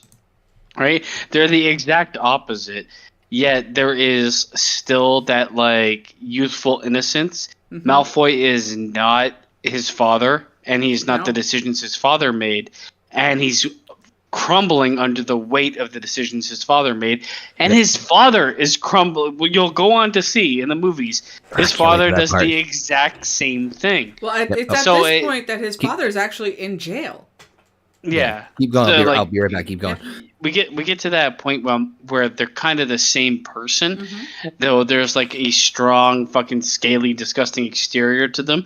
there is still like a moral with Malfoy. There's still a moral compass like hidden hidden beneath that he can't reconcile with to do this type of shit that he's about to do. And this is the most interesting storyline in this and the Dumbledore Snape stuff is the most interesting storyline in this movie, and it gets buried at times with the rest of the shit, and it's unfortunate because this movie needed to be kind of treated like the last movie in terms of like being a bit more mature. Yes. Throughout the entirety of it, instead of like picking moments to be mature and picking moments to be a little bit juvenile. Right. Because the movie is a jumbled mess tonally at the end. But yeah, this scene and the fact that Harry uses like he's trusted this book the whole time. It's kind of been his unknown mentor, right? Yeah. During this movie, and he uses it, and it ends up fucking Malfoy up big time. Yeah, almost killing him. Yeah, it would have killed him if Snape wasn't there. And I've seen people point out that like Harry doesn't get in trouble for fucking eviscerating Malfoy. And they don't even talk about that. No. But the fact is, it's Snape that catches him. So there is reason behind that. There is, you know? yes. There's reason why behind that Snape did not do anything to Harry on that. And it's also... It's at that point, I think, that Snape realizes that he has his book because he knows the spell that did the damage because he created the fucking thing. But it's also it's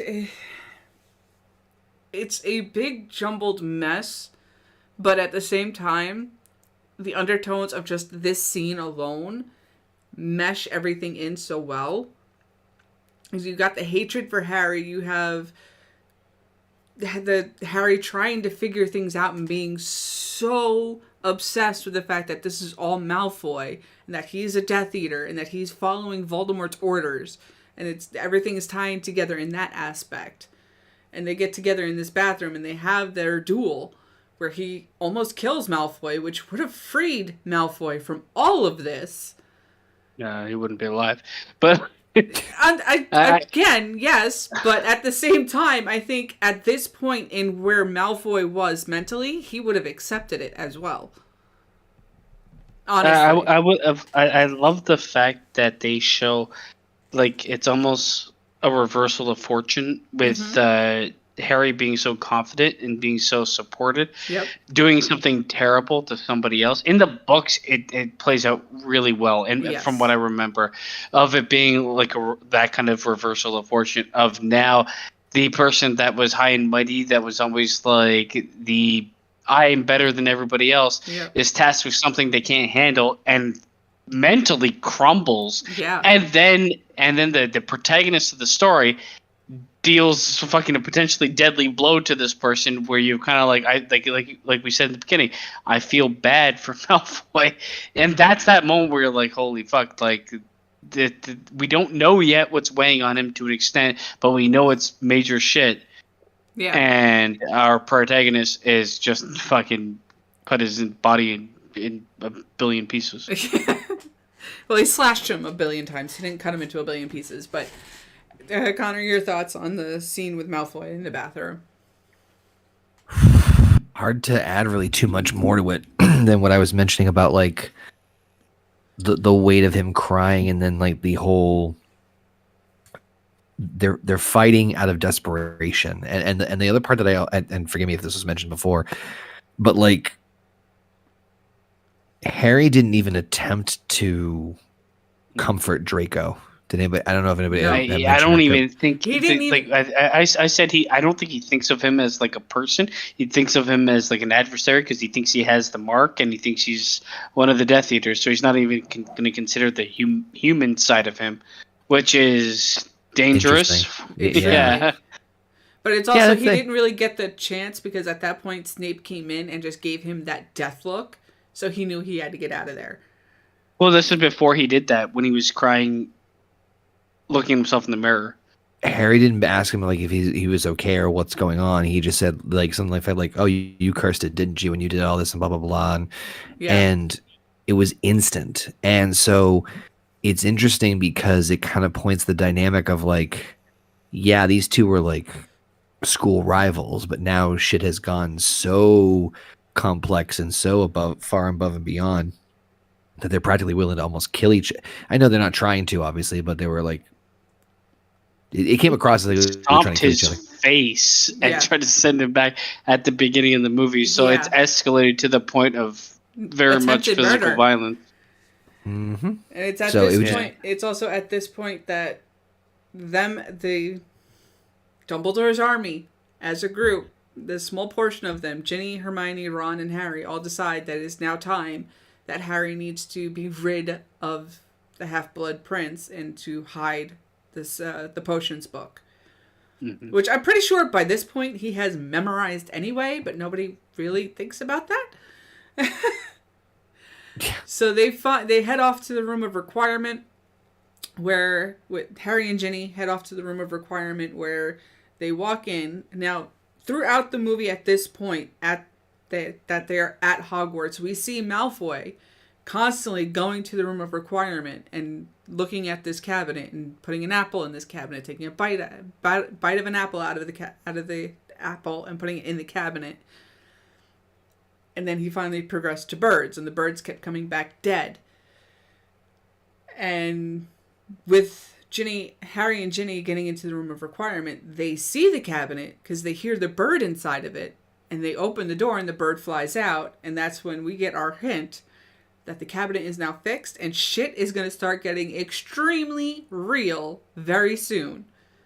This is where like the rumor requirement kind of like fucking the idea throws me for a loop, because like it's the same when you want to discard of something, it's the same room that everybody wants to discard of something. Right. So there's rules. It's not like a personal imaginarium or whatever. No, actually it is. It's it actually like a is. shared. The rules of the room of requirement is it fits the person who asks for it. If they ask for someplace for a room to hide something, that's the room you're going to get. If they need a room to be used for training, as they got with Dumbledore's army in Order of the Phoenix, that's what it's going to give you. If you want it's a shared experience. Yes. Is what I'm saying. It's not an individual one. For that particular room, yes. It's shared. Because it's like, oh, you need to hide something? Here is a room full of mazes of junk. You ain't going to find a goddamn thing in here. Come hide it here. But this is also where we get the first kiss between Harry and Ginny. Oh, God. Just not feeling it. Don't care. No, it was uncomfortable. I mean, first she tells him to close his eyes. It's just like, oh God. She's just really like weird in this movie. It's like she all of her wants to sexual tell him advances are strange. Yeah. She wants to say something, but at the same time, she wants to be all sexy, and it ain't working. It ain't. Yeah. No, and then nothing she does works. It's very strange. It's not normal human behavior, which is why it's weird as fuck. So, yes, that's where I stand on that. Yes. This is also the time where Dumbledore returns from his travels and tells Harry about the diary and Voldemort's mother's ring being Horcruxes. However, well, no. This is where they get the fake memory of Slughorn. Yes, okay, I'm gonna take a quick beat, but this is the part of the movie I want to be here for. So we will go over our thoughts, and we will wait for you to get back. The memory is shown of Riddle and a few other Slughorn collections sitting around the table. And Slughorn's eating candied pineapples and having a good old time talking with his favorite students. And Riddle happens to be one of them. He leans over and he's like, "You were quite right. Candied pineapples are my favorites. How did you know, though?" And Riddle responds with, let's just say intuition. It's like, yeah, you fucking read his mind, you evil little shit. Burned him. Set him on fire. And it's also where we first see the hourglass that is very suspiciously created and just looking in general. I want one for my house, just so people know. I know, it looks fucking awesome with like Oh the my green god, that lines thing on was and everything. beautiful. Yeah. And we get that conversation we mentioned earlier of Riddle asking about this certain type of dark magic that he didn't quite understand, and then Slughorn throwing a fit and kicking him out. And we have Dumbledore sitting down on the stairs after Harry comes out of the pensive and saying, this memory here is the most important memory we have, and yet it is a lie. And it's like, you had to leave the school to get a memory from a professor that you dragged in kicking and screaming, basically. I think it's after the Draco fight. Then we have I think it's the scene where we get the actual like Hagrid and Slughorn, and then that's where we get the actual real memory, right? Yes. Yeah, but that's a bit removed from this. This is I had a question too, because this is where he shows the journal that that Harry destroyed, and he shows the ring. And while he's talking, he's like, it's very specific type of magic. It reacts to other magic. Harry touches the ring, and the ring goes fucking wild. Yes. That's because he's a Horcrux, right? Yes. And that's kind of when Dumbledore's like, holy fucking Christ. It's actually a thing. It actually fucking happened. Holy shit. Yeah. Prophecy is real! They tend to leave traces. But this, it's weird because this I have written in a different order, and I might be in Connor's order, because this is where interaction with Slughorn and Harry. Yeah, there's an interaction that happens between Slughorn and Harry at Hagrid's house. That's where he gets the real. That's after he takes the Felix Felicis potion. It is, but the interaction where he touches the ring, at least, is after that. Yes. Yeah, it's after that, and I gotta say, I like the actor that they got for Slughorn, but that the whole he catches him trying to steal plants, and I'm like, oh god, he's stealing weed. But the whole interaction that happens the fake from memory now, so the whole interaction we're on the fake memory of Slughorn's. Okay, so. That happens beforehand. Yes, I love the fact too that IMDb fucked me over with their notes being so completely out of whack, because there's also the scene where Ron gets into Romilda Vane's love potion that she left for Harry. So yeah, and that's not even mentioned here. That happens pretty much relatively right before the scene where he actually takes the potion. Yes, it's not that far. It's not removed, that big of a right? gap, but this is where. No, because he gets the fake memory. Harry goes to Slughorn after he's done teaching the class and asks him the same question that fucking Riddle asked him. Yeah, I was in the library in the restricted section. Too. And that's when Slughorn sits there and just, there cannot be light without the dark, but now you need to go. Mm-hmm. And then it's the fight scene in the bathroom. Yeah, okay, so we're a bit out of whack with when things are happening. But I feel like we've kind of explored some of the older stuff. When it comes to the part of the movie where he's stealing weed and Harry has taken the potion. Because I think we've talked about everything else before that. Pretty much. Yeah? So, this is probably my favorite part. This, moving forward, is my favorite part of this movie. Right. Because when Ron broke up with Lavender. Yeah, he broke up with Lavender. He fucking took Romilda Vane's fucking chocolates, and he had the chocolates first.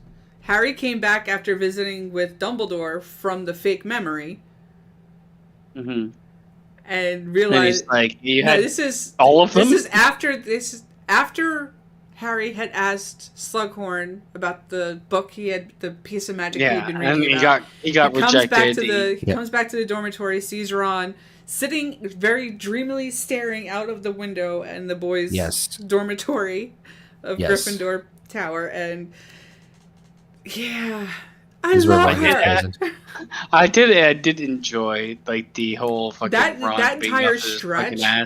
That entire stretch, all the way up to where he sits. Ron's in the hospital bed, and he's Hermione. Yeah. Then the Draco fight happens, and then it's when Katie Bell comes back. Like that little bit, and this is part of the love angle of this movie. That little bit with Ron taking the fucking like love potion, getting all fucked up, and saying Hermione. That I was accepting of. The rest, there was just too much of it beforehand. But whatever, that worked for me. Then he takes the potion, right? Is it the Felix Felicity's potion? The poison. Potion? It's shortly after that, after Ron gets out of the hospital, because they're sitting in the Great Hall, and Ron's sitting there staring at Lavender as she's just seethingly staring at him. And Hermione reminds him to stop making it snow. I feel like you're either gonna really enjoy Lavender in the movie, or you're really just not. Yeah. And I am unfortunately kind of part of the latter. I don't think it's anything against the actress. No, it's like, the character very in much and of itself. It's just the character itself that's just like stalker. Stalker. Yeah. And it's just it's after that Ron sits there and looks at Harry, and they start having the conversation of, well, how are you going to get close to Slughorn again? And it's like, and then Ron just randomly mutters, you're just going to need a lot of luck. And that's when they come to the decision of, shit, I got that potion. Let's go. Yep. I just love the way that like he takes the potion, and it's not that he's like drunk. It's just that there's like euphoria, an overlaying of like euphoric confidence in what he does. And he plays it off pretty well. I love it too. And Hermione sits there and goes, "All right, the plan is you're gonna go down to Slughorn's office. You're gonna talk to him." And Harry goes, "Right, I'm going to Hagrid's." And fuck off, because I'm out of here. And this is where we find out that Aragog has unfortunately passed on. Fucking. Not that unfortunate. Oh my god. Oh, Jesus. Harry interrupting fucking Slughorn, stealing plants from the school to sell on the black market, because that's exactly what he says in the book. These plants are worth so much on fucking the black market. And that's his catchphrase through the whole fucking thing in the book. Yeah, he's pretty much a scumbag. He is. But we love him anyway. Mm-hmm. Harry sneaks up on him and fucking...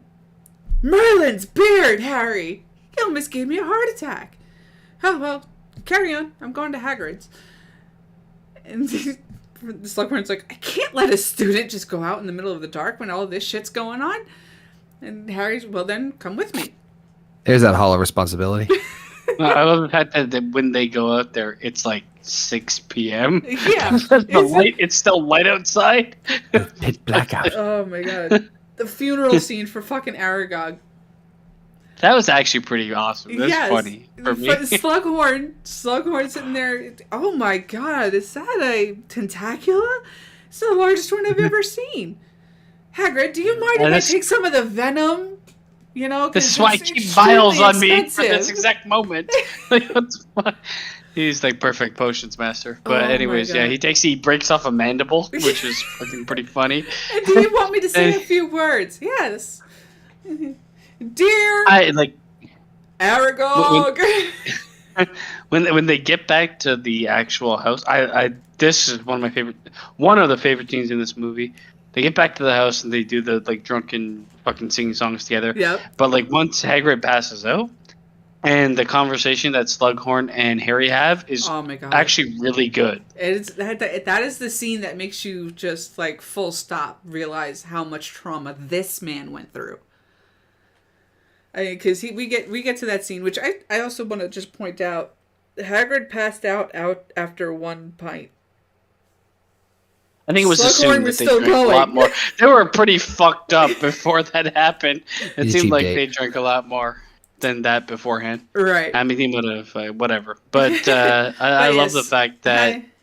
there's a. It's weird because Harry's kind of intoxicated on something else that Yeah, just and makes he's him laughing honest along and to the true song for and all luck. that. Where And the song ends. Slughorn is intoxicated off liquor, which makes him just sad. Yeah.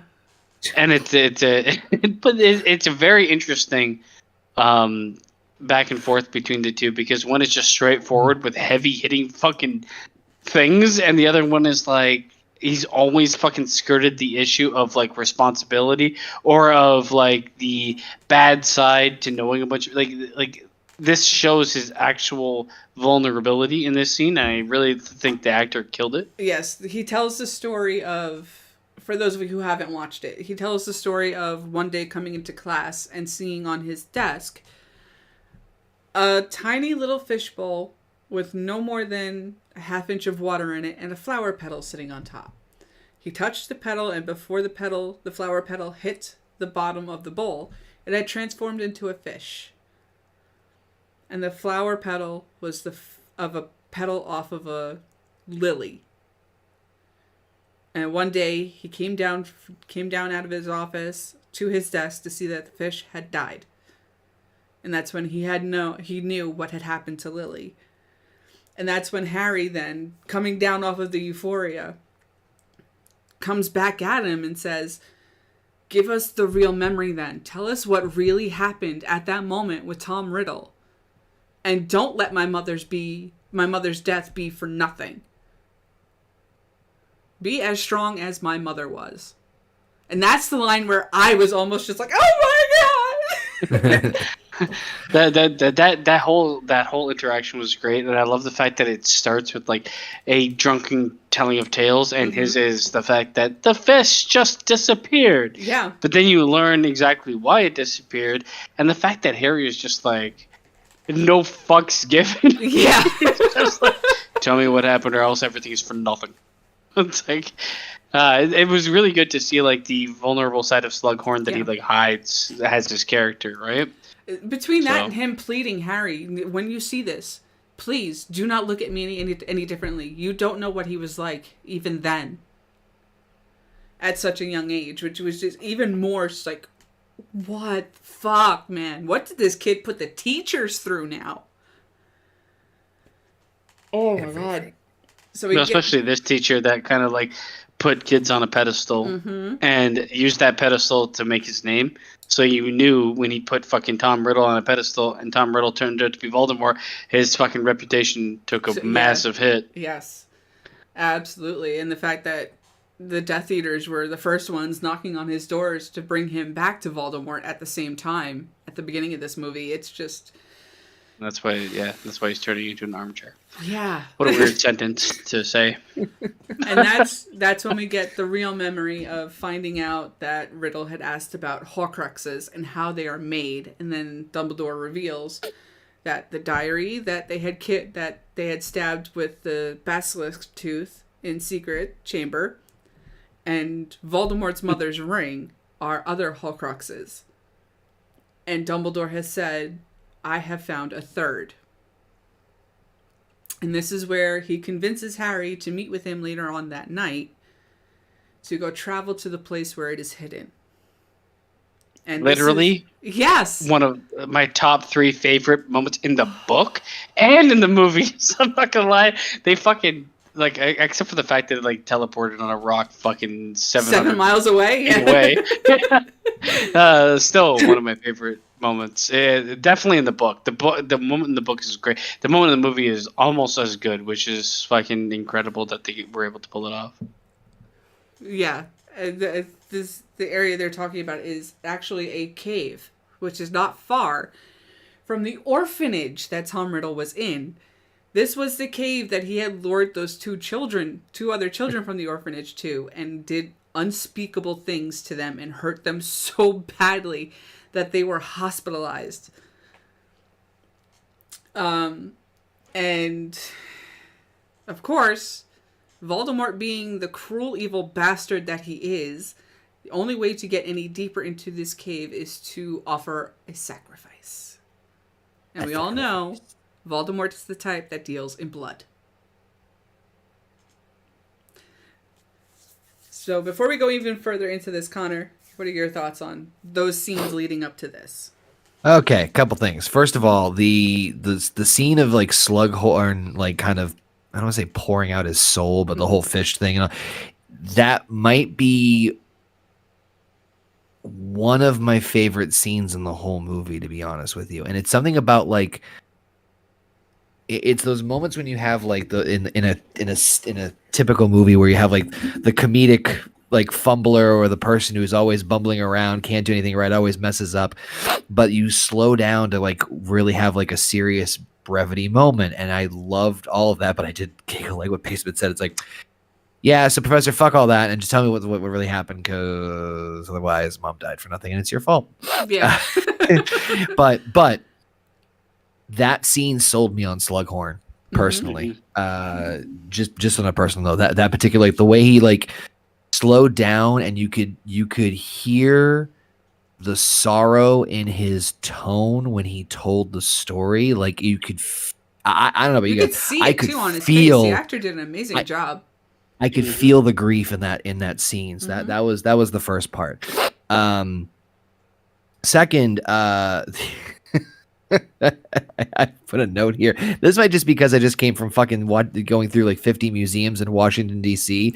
But I'm like, these Horcruxes and things have an awfully like thematic, like really shitty scavenger hunt museum theme to them, where it's like, oh, it just happens to be his mother's ring. Oh, what? It's like if you know everything about Tom, then you're good to go, and you can literally. I feel like if they made a Harry Potter museum, I shit you not, it would be like, find the hidden Horcruxes and kill Voldemort. And you get this like certificate of Voldemort killing, like, or some bullshit like I feel that. like it would be an escape room. Yes. Yes, yeah. I'm like, Tom, if you don't want people to kill these things, destroy these things, just throwing this out there. Maybe throw a left curveball where it has nothing to do with anything in your life, where it makes it really fucking hard for people to find. Like, the defenses, I think, was smart, but like literally, it's like, okay, let's see. We got his diary, we got his Palm Pilot, we got his ring, we got his Prius, we've got his vape pen, we have everything of his. Like, if you collect all those personal items and just fucking hoard them together, you could literally kill the fucker. I'm like, did he not think to like?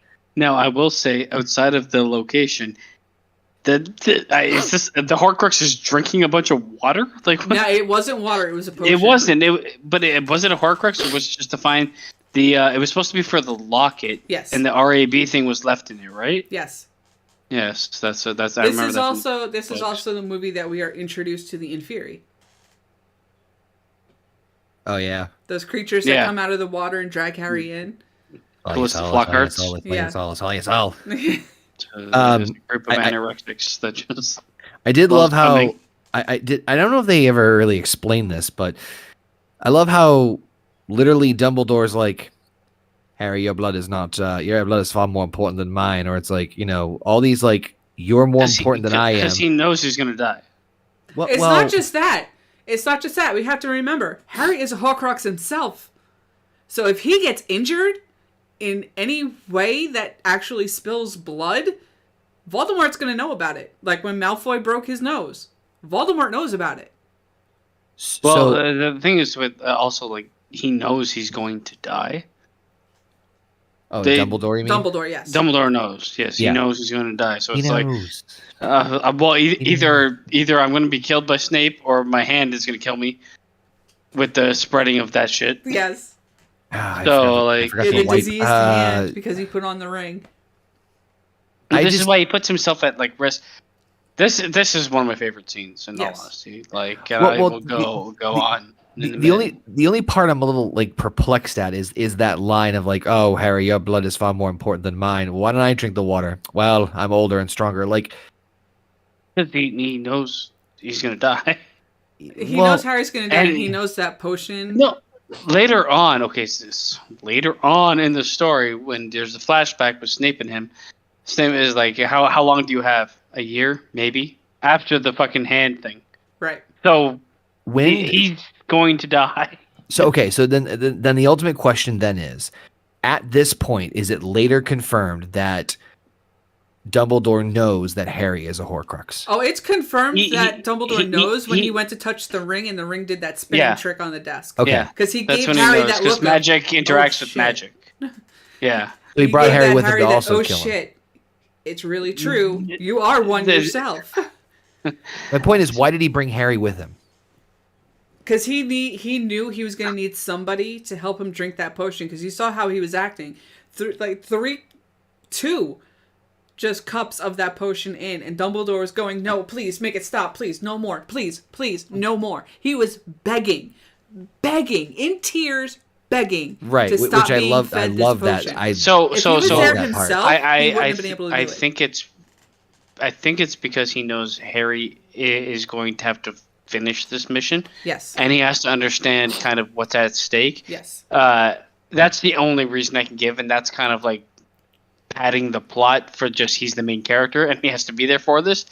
But the whole scene where they get there and like in the books, I fucking loved it. But in the movie, like they show like, okay, here's the boat. We got to take the boat to this little island. And the fact that Dumbledore is like, you got to keep feeding me this potion no matter what. It doesn't matter. And it's the first time you see Dumbledore as an old man. Yes. Vulnerable and being like, holy fucking shit, this is and it's the same thing in the books as it is in the movie, where they kind of really showcase his vulnerability and his age and the fact that it's like it's Harry's fight, not Dumbledore, and it also showcases how fucking beastly he is when the tables turn. It's more so the reason I was bringing up the whole question beforehand is really just more so the fact that like there's a couple of small lines that Dumbledore says in the context of this scene that make me question about like knowing what's going to and obviously it's kind of a little bit unfair because we know where things are going and where things are heading. It does make a little bit of head scratching. It's like, well, if the goal was X, there are certain mannerisms or even behaviors or just things that Dumbledore wouldn't say out loud that would make you go like, well, then why the fuck is X, Y, and Z happening? And it's nitpicking. I'm just throwing that out there. Well, I understand it's nitpicking. The way I look at it is like Dumbledore is fully aware of the pact that Snape has made, and he's fully aware of the fact that Snape is going to kill him. Well, so he's the one everything who he convinces says. Snape. He's the one who convinces Snape that he has to be the one to do it because he knows Malfoy will not be able to. Yeah. So he knows what's going to happen when he returns. The things he says are in direct relation to that. But if you didn't know any of that information, he would just think he's old and he's taking the hit. You know? No, I get it. I'm just nitpicking. But that being said, this man, the fire scene in that cave is fucking. Oh my this God. is like okay. So I've been harping on about like the tinting on this movie, and there's a problem I have with this movie where they tint the underwater scene where Harry's getting dragged because they fully rendered it and everything looks pretty good, but you can hardly see it of people like falling. It's hard to see the actual number of Inferi that are actually dragging him and going to the surface to get Dumbledore at the same time. Yeah, which is like, I was almost gonna be like, oh man, I wish I could see this better, and then the fire you happens. see why, because they wanted to really highlight the fire, and that's Dumbledore's fucking last stand. Basically. I put a note in here. I said, "What is it with Dumbledore and fire?" Well, his familiar is a phoenix. Yep, and he used water against Voldemort earlier. It was Voldemort that used fire. Well, he used well, who do you think introduced it to him? Oh yeah. Look into this fucking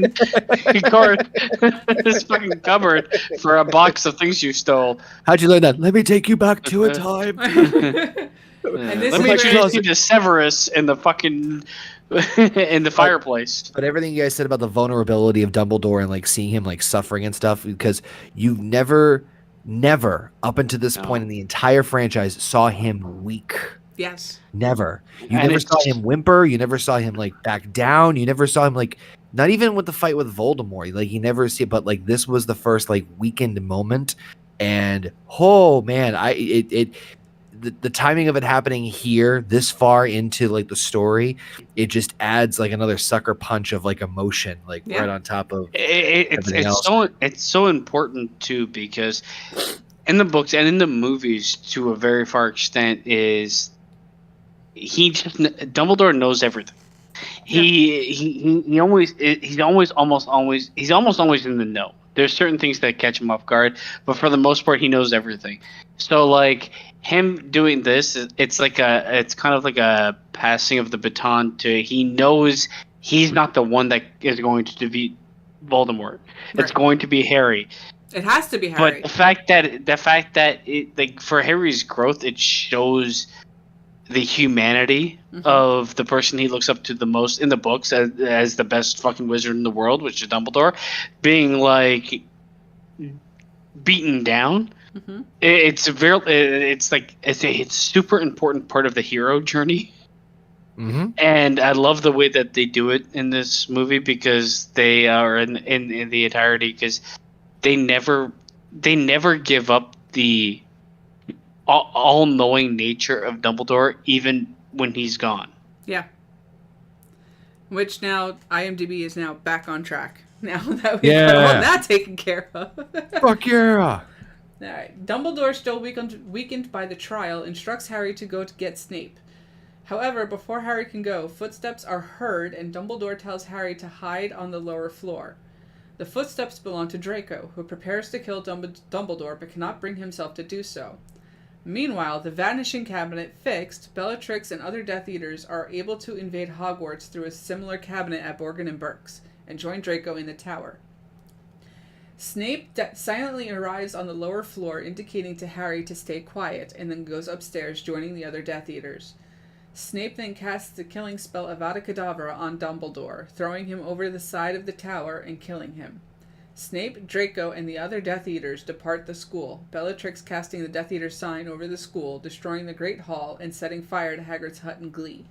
Harry tries to stop them with the Sectum Sempra spell, but Snape deflects it and stuns him. As he departs, he explains to Harry that he is the Half-Blood Prince and the creator of the spell.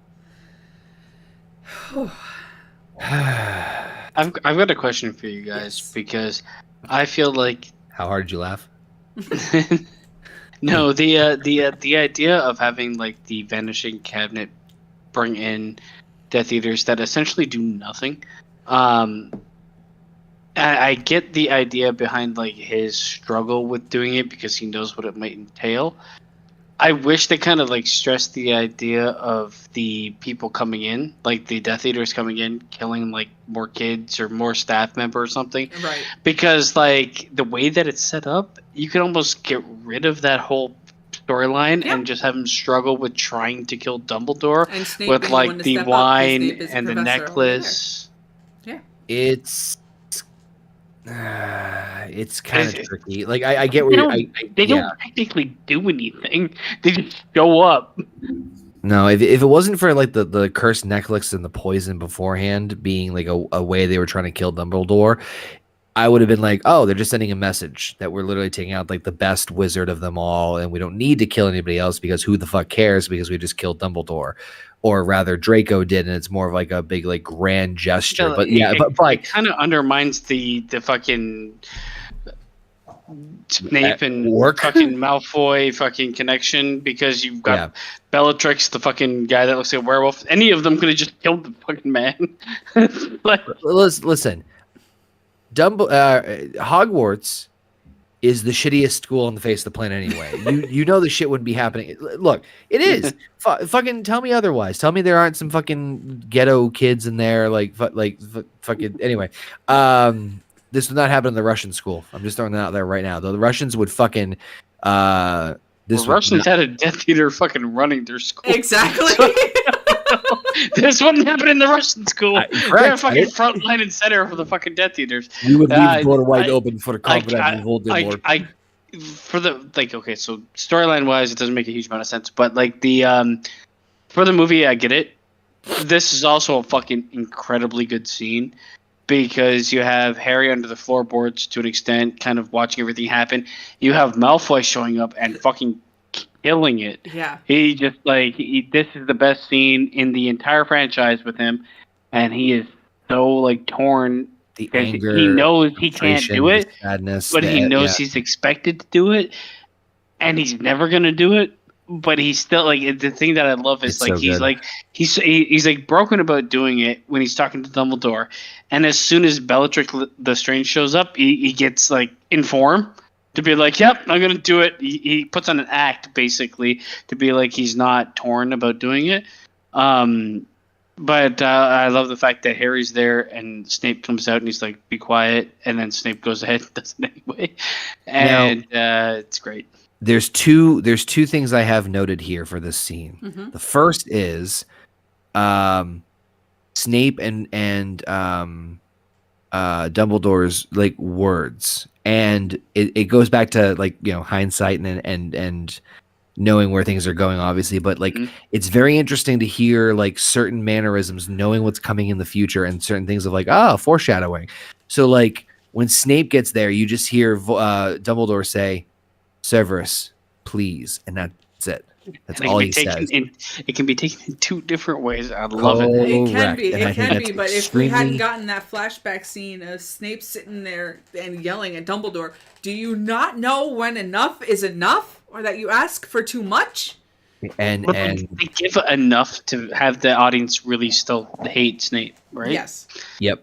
But just like little shit like that is you fucking give it to me in a needle. That kind of shit is really good because you can reference it back. It's great stuff like that. The other part I put here was, and I mean this both as a joke and also part of the tonal shift, is the phrase "right in the childhood," because this is the end of their childhood. Yes. This exact definitive moment of Dumbledore dying. Like we've had discussions before, like I said, about we've like the transition of them becoming kids into adults, but concretely the atmosphere, the environment, everything is completely different now. Even Voldemort coming back, but Dumbledore's, you could feel the weight of everything of like, okay, now everything is really different. Yes, because not only. Sorry, go ahead.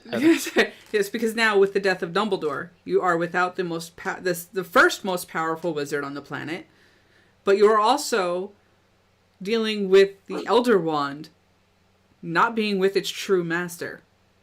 Mm-hmm.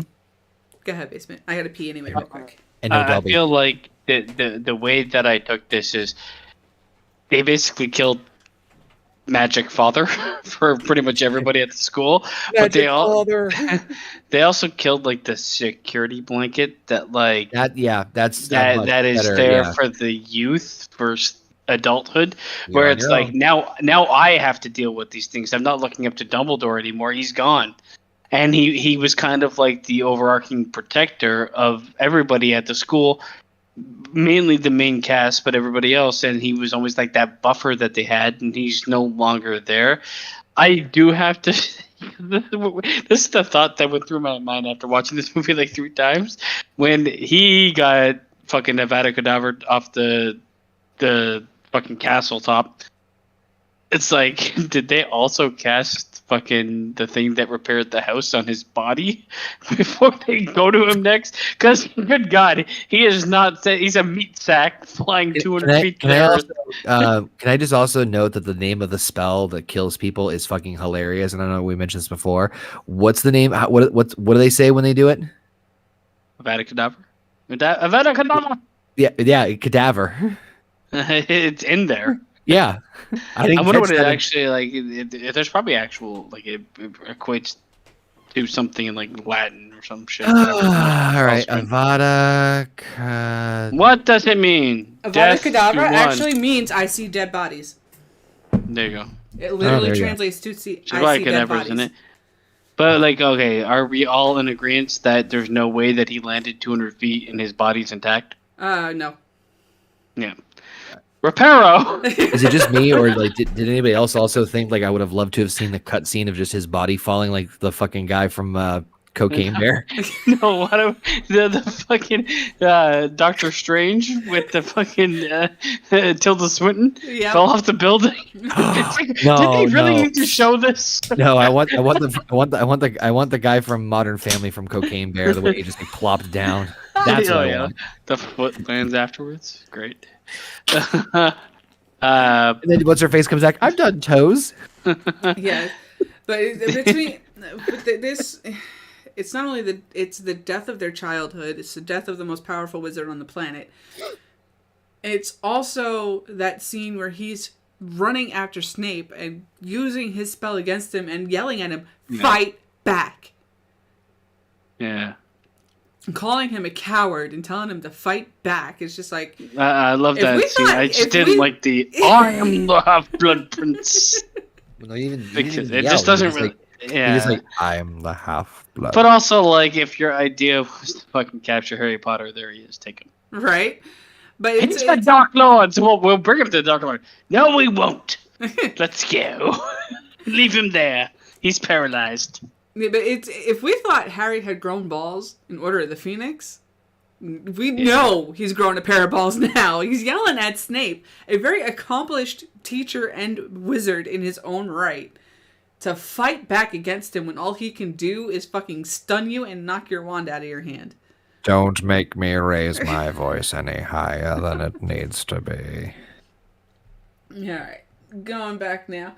Harry returns to the school to find the staff and students mourning over Dumbledore's death. Harry walks over to Dumbledore's body laying in front of them, grieving as Ginny Oh, thank God, Ginny. When he returns to the late headmaster's office one last time, McGonagall confronts him and asks him to open up to her, but he does not comply and leaves. Ginny. A portrait of Dumbledore can be seen hanging on a wall behind them. Harry reveals to Ron and Hermione that the Horcrux they got was a fake, containing a message from R.A.B. that stated he had already taken it, but is also seeking to end Voldemort's life. Harry tells his friends that he does not plan to return next year, instead seeking out R.A.B. and the other Horcruxes so that he may put an end to Voldemort. Ron and Hermione remind Harry that they are his friends and will help alongside him in his goal. That is the end of the movie. I gotta pee.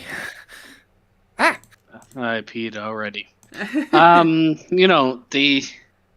It's weird because I'm so used to these movies ending in like a life lesson for Harry. And the life lesson happens, it doesn't really happen, but it kind of happens. If you know the entire story, it happens during the kind of cave scene and past that with the passing of the torch to Harry. The one thing that really it didn't upset me, but it kind of irked me was the Half-Blood Prince. The fact that they didn't put a lot of enough focus on that so that the reveal was terrible. And it's the name of the movie is kind of what annoys me the most. As far as it goes, I mean, the Dumbledore death is sad.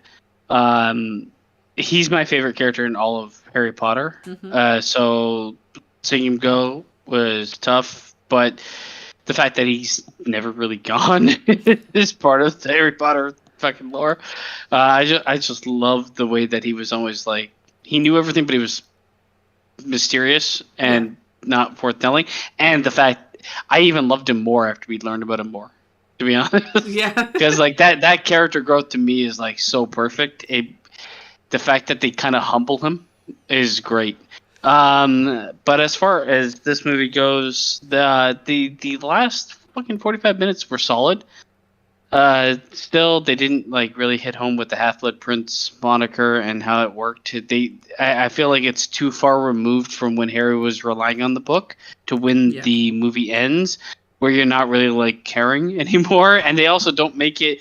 It's like it's throwaway lines in the background of a scene that so that instance where they're walking down the corridor or the not really a corridor, it's just a fucking path back to Hogwarts, and Kitty Bell gets possessed. Yeah. They have like a throwaway line. I've been looking in the library, but then you have this fucking horrific shit happen in front of you, and that goes to the back of the viewer's mind. So they're not really thinking about. Well, that was on their way back from the Three Broomsticks.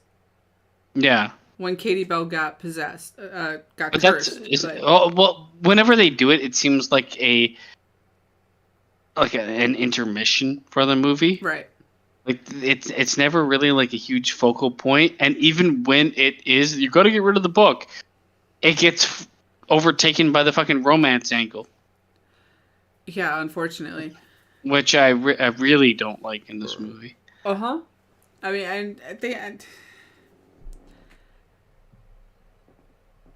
end, when Harry is with McGonagall in Dumbledore's office, and she tells him, if you need to talk to anybody, there's more than just Dumbledore here. Mm-hmm. And him not saying a word back to her. Boo. Yeah, it was one of those scenes of, this is the one time you need to talk, Harry. You don't have to tell her everything Dumbledore and you were doing, but get your feelings out at least. Well, I also feel like McGonagall has been established as like a trustworthy character, and I would have liked to see her kind of like take the helm of Dumbledore, right? To an extent, like a lesser version. But I know where they go with the storyline. But it would be nice for him to kind of like say something or do something. This is also like where, like I said before, I was looking for like that life lesson in Harry Potter. Yeah. That would have been perfect if they fit it into McGonagall talking to him. Yes. About like loss and what's lost and something like along those lines, because that's the storyline they're telling, and how you have to move on or move forward after loss of something so massive in your world. And they just don't do it. It's a hugely missed opportunity where every other Harry Potter movie does it. Yeah. Yeah, even just to have him turn around and say, thank you, Professor. I know you have been there for me on more than one occasion. I just don't know what words to use right now. Even just that single line. I would love to hear a line better. With McGonagall kind of like talking about the void, the death of someone so prominent leaves. Something like that, because that's kind of what this story is summing up with. But they don't really do that. But I don't really have McGonagall. I mean, Connor left for a bit. I don't really have much to say about the rest of the end of this movie. Connor? Yeah, kind of right there with you. It's just letting the impact of what happened before just breathe. Although, I will say that the, foreshadowing a little bit, the genius setup of what's going to be the final book/movies was smart. Yes. Why in fucking God's name would you stay in Hogwarts now? Yeah. Yeah. So, and I did like the scene of everybody like putting their wands up for Dumbledore that died. That was pretty solid. McGonagall was the one tips. who started that movement, and it also dispersed the Death Eater mark above the castle. And also the funeral procession.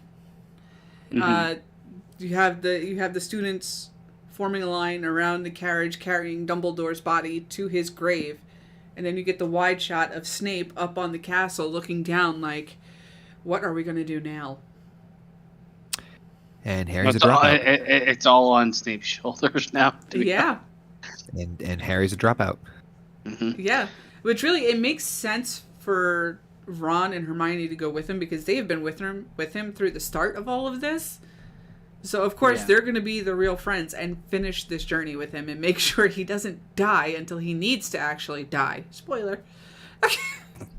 Mm-hmm. But overall thoughts and ratings, gentlemen. Where are we at? Connor, you go first. Okay. Cool. definitely a step down from Order of the Phoenix, only because of just the calamity. Basically, the stuff we already kind of hammered home in the entire review so far. I mean, I don't hate it, but the tonal shift combined with the weird romance stuff is just it's a weird amalgamation of like it didn't really connect with me as much as Order of the Phoenix and Goblet of Fire did before.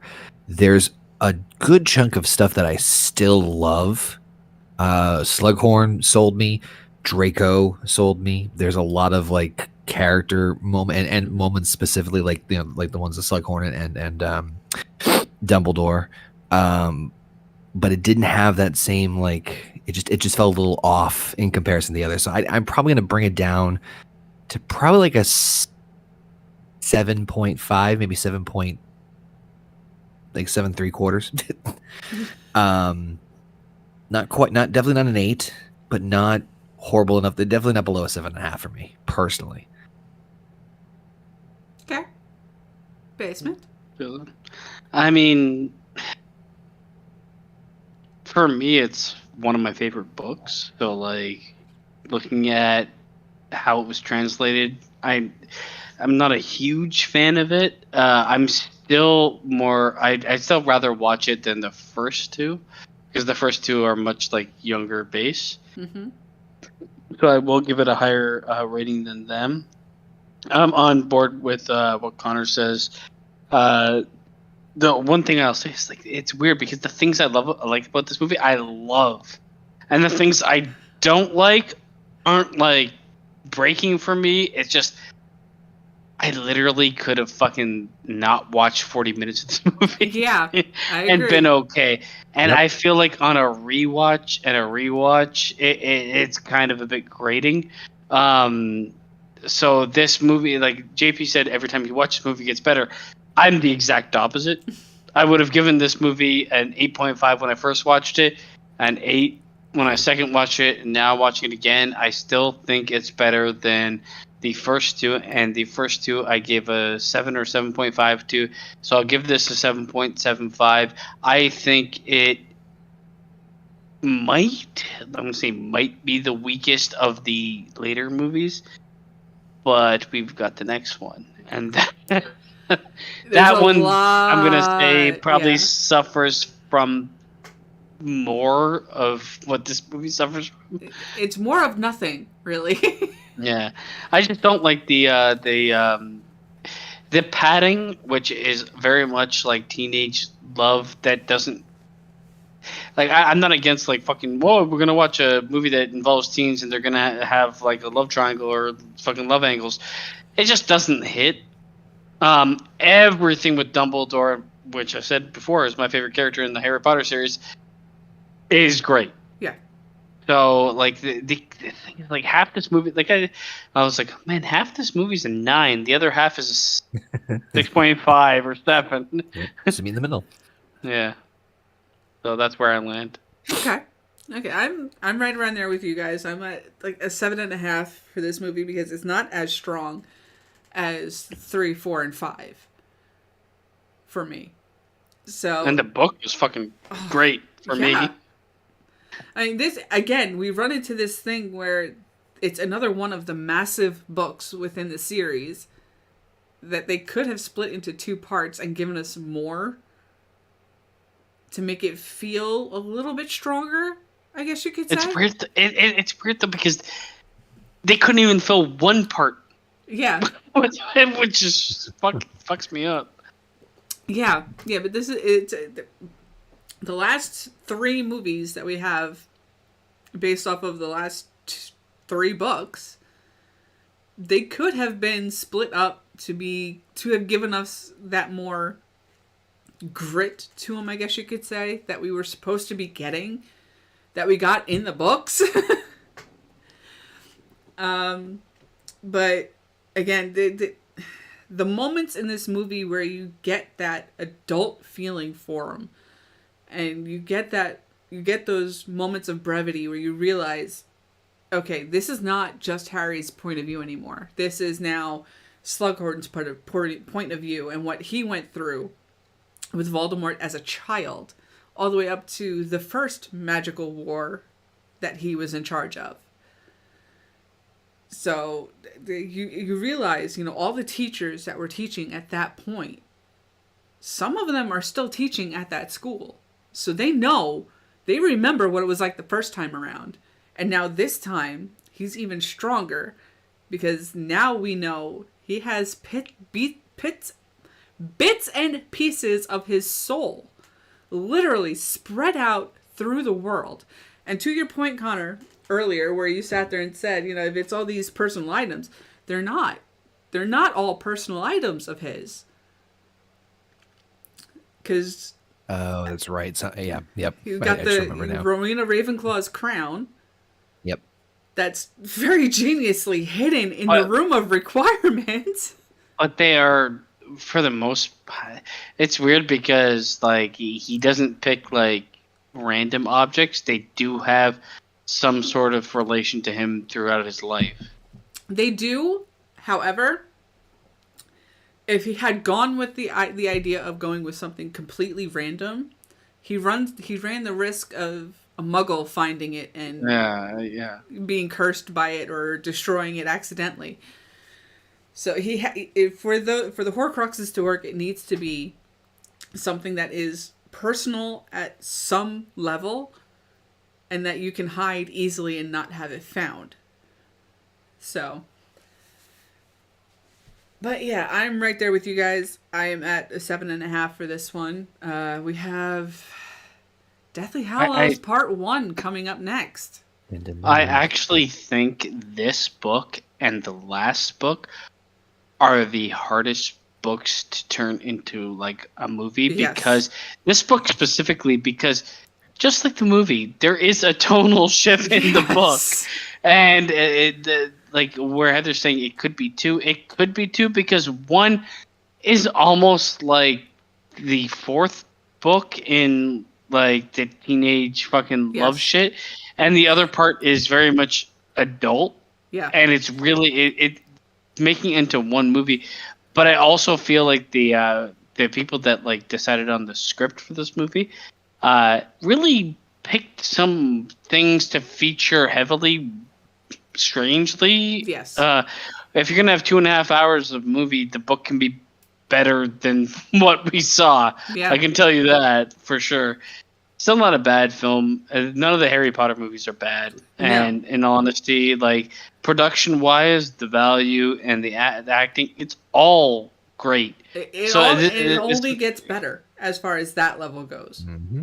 But it's so hard to like take a movie, any of the Harry Potter movies, and be like 5-4 because like the production value, the acting, the just like the set work, pretty much every part of movie making is great. The only thing that can like deter you from loving it is like the maturity level of the script. Yeah. In all honesty, or like if you're a book fanatic and you're watching the movies, what they include. Other than that, though, there's no reason any Harry Potter movie should be below a 7 in my mind. I agree. Mm-hmm. I agree. And as we're not rating these movies based on other movies, we're basing these movies on just the movie itself.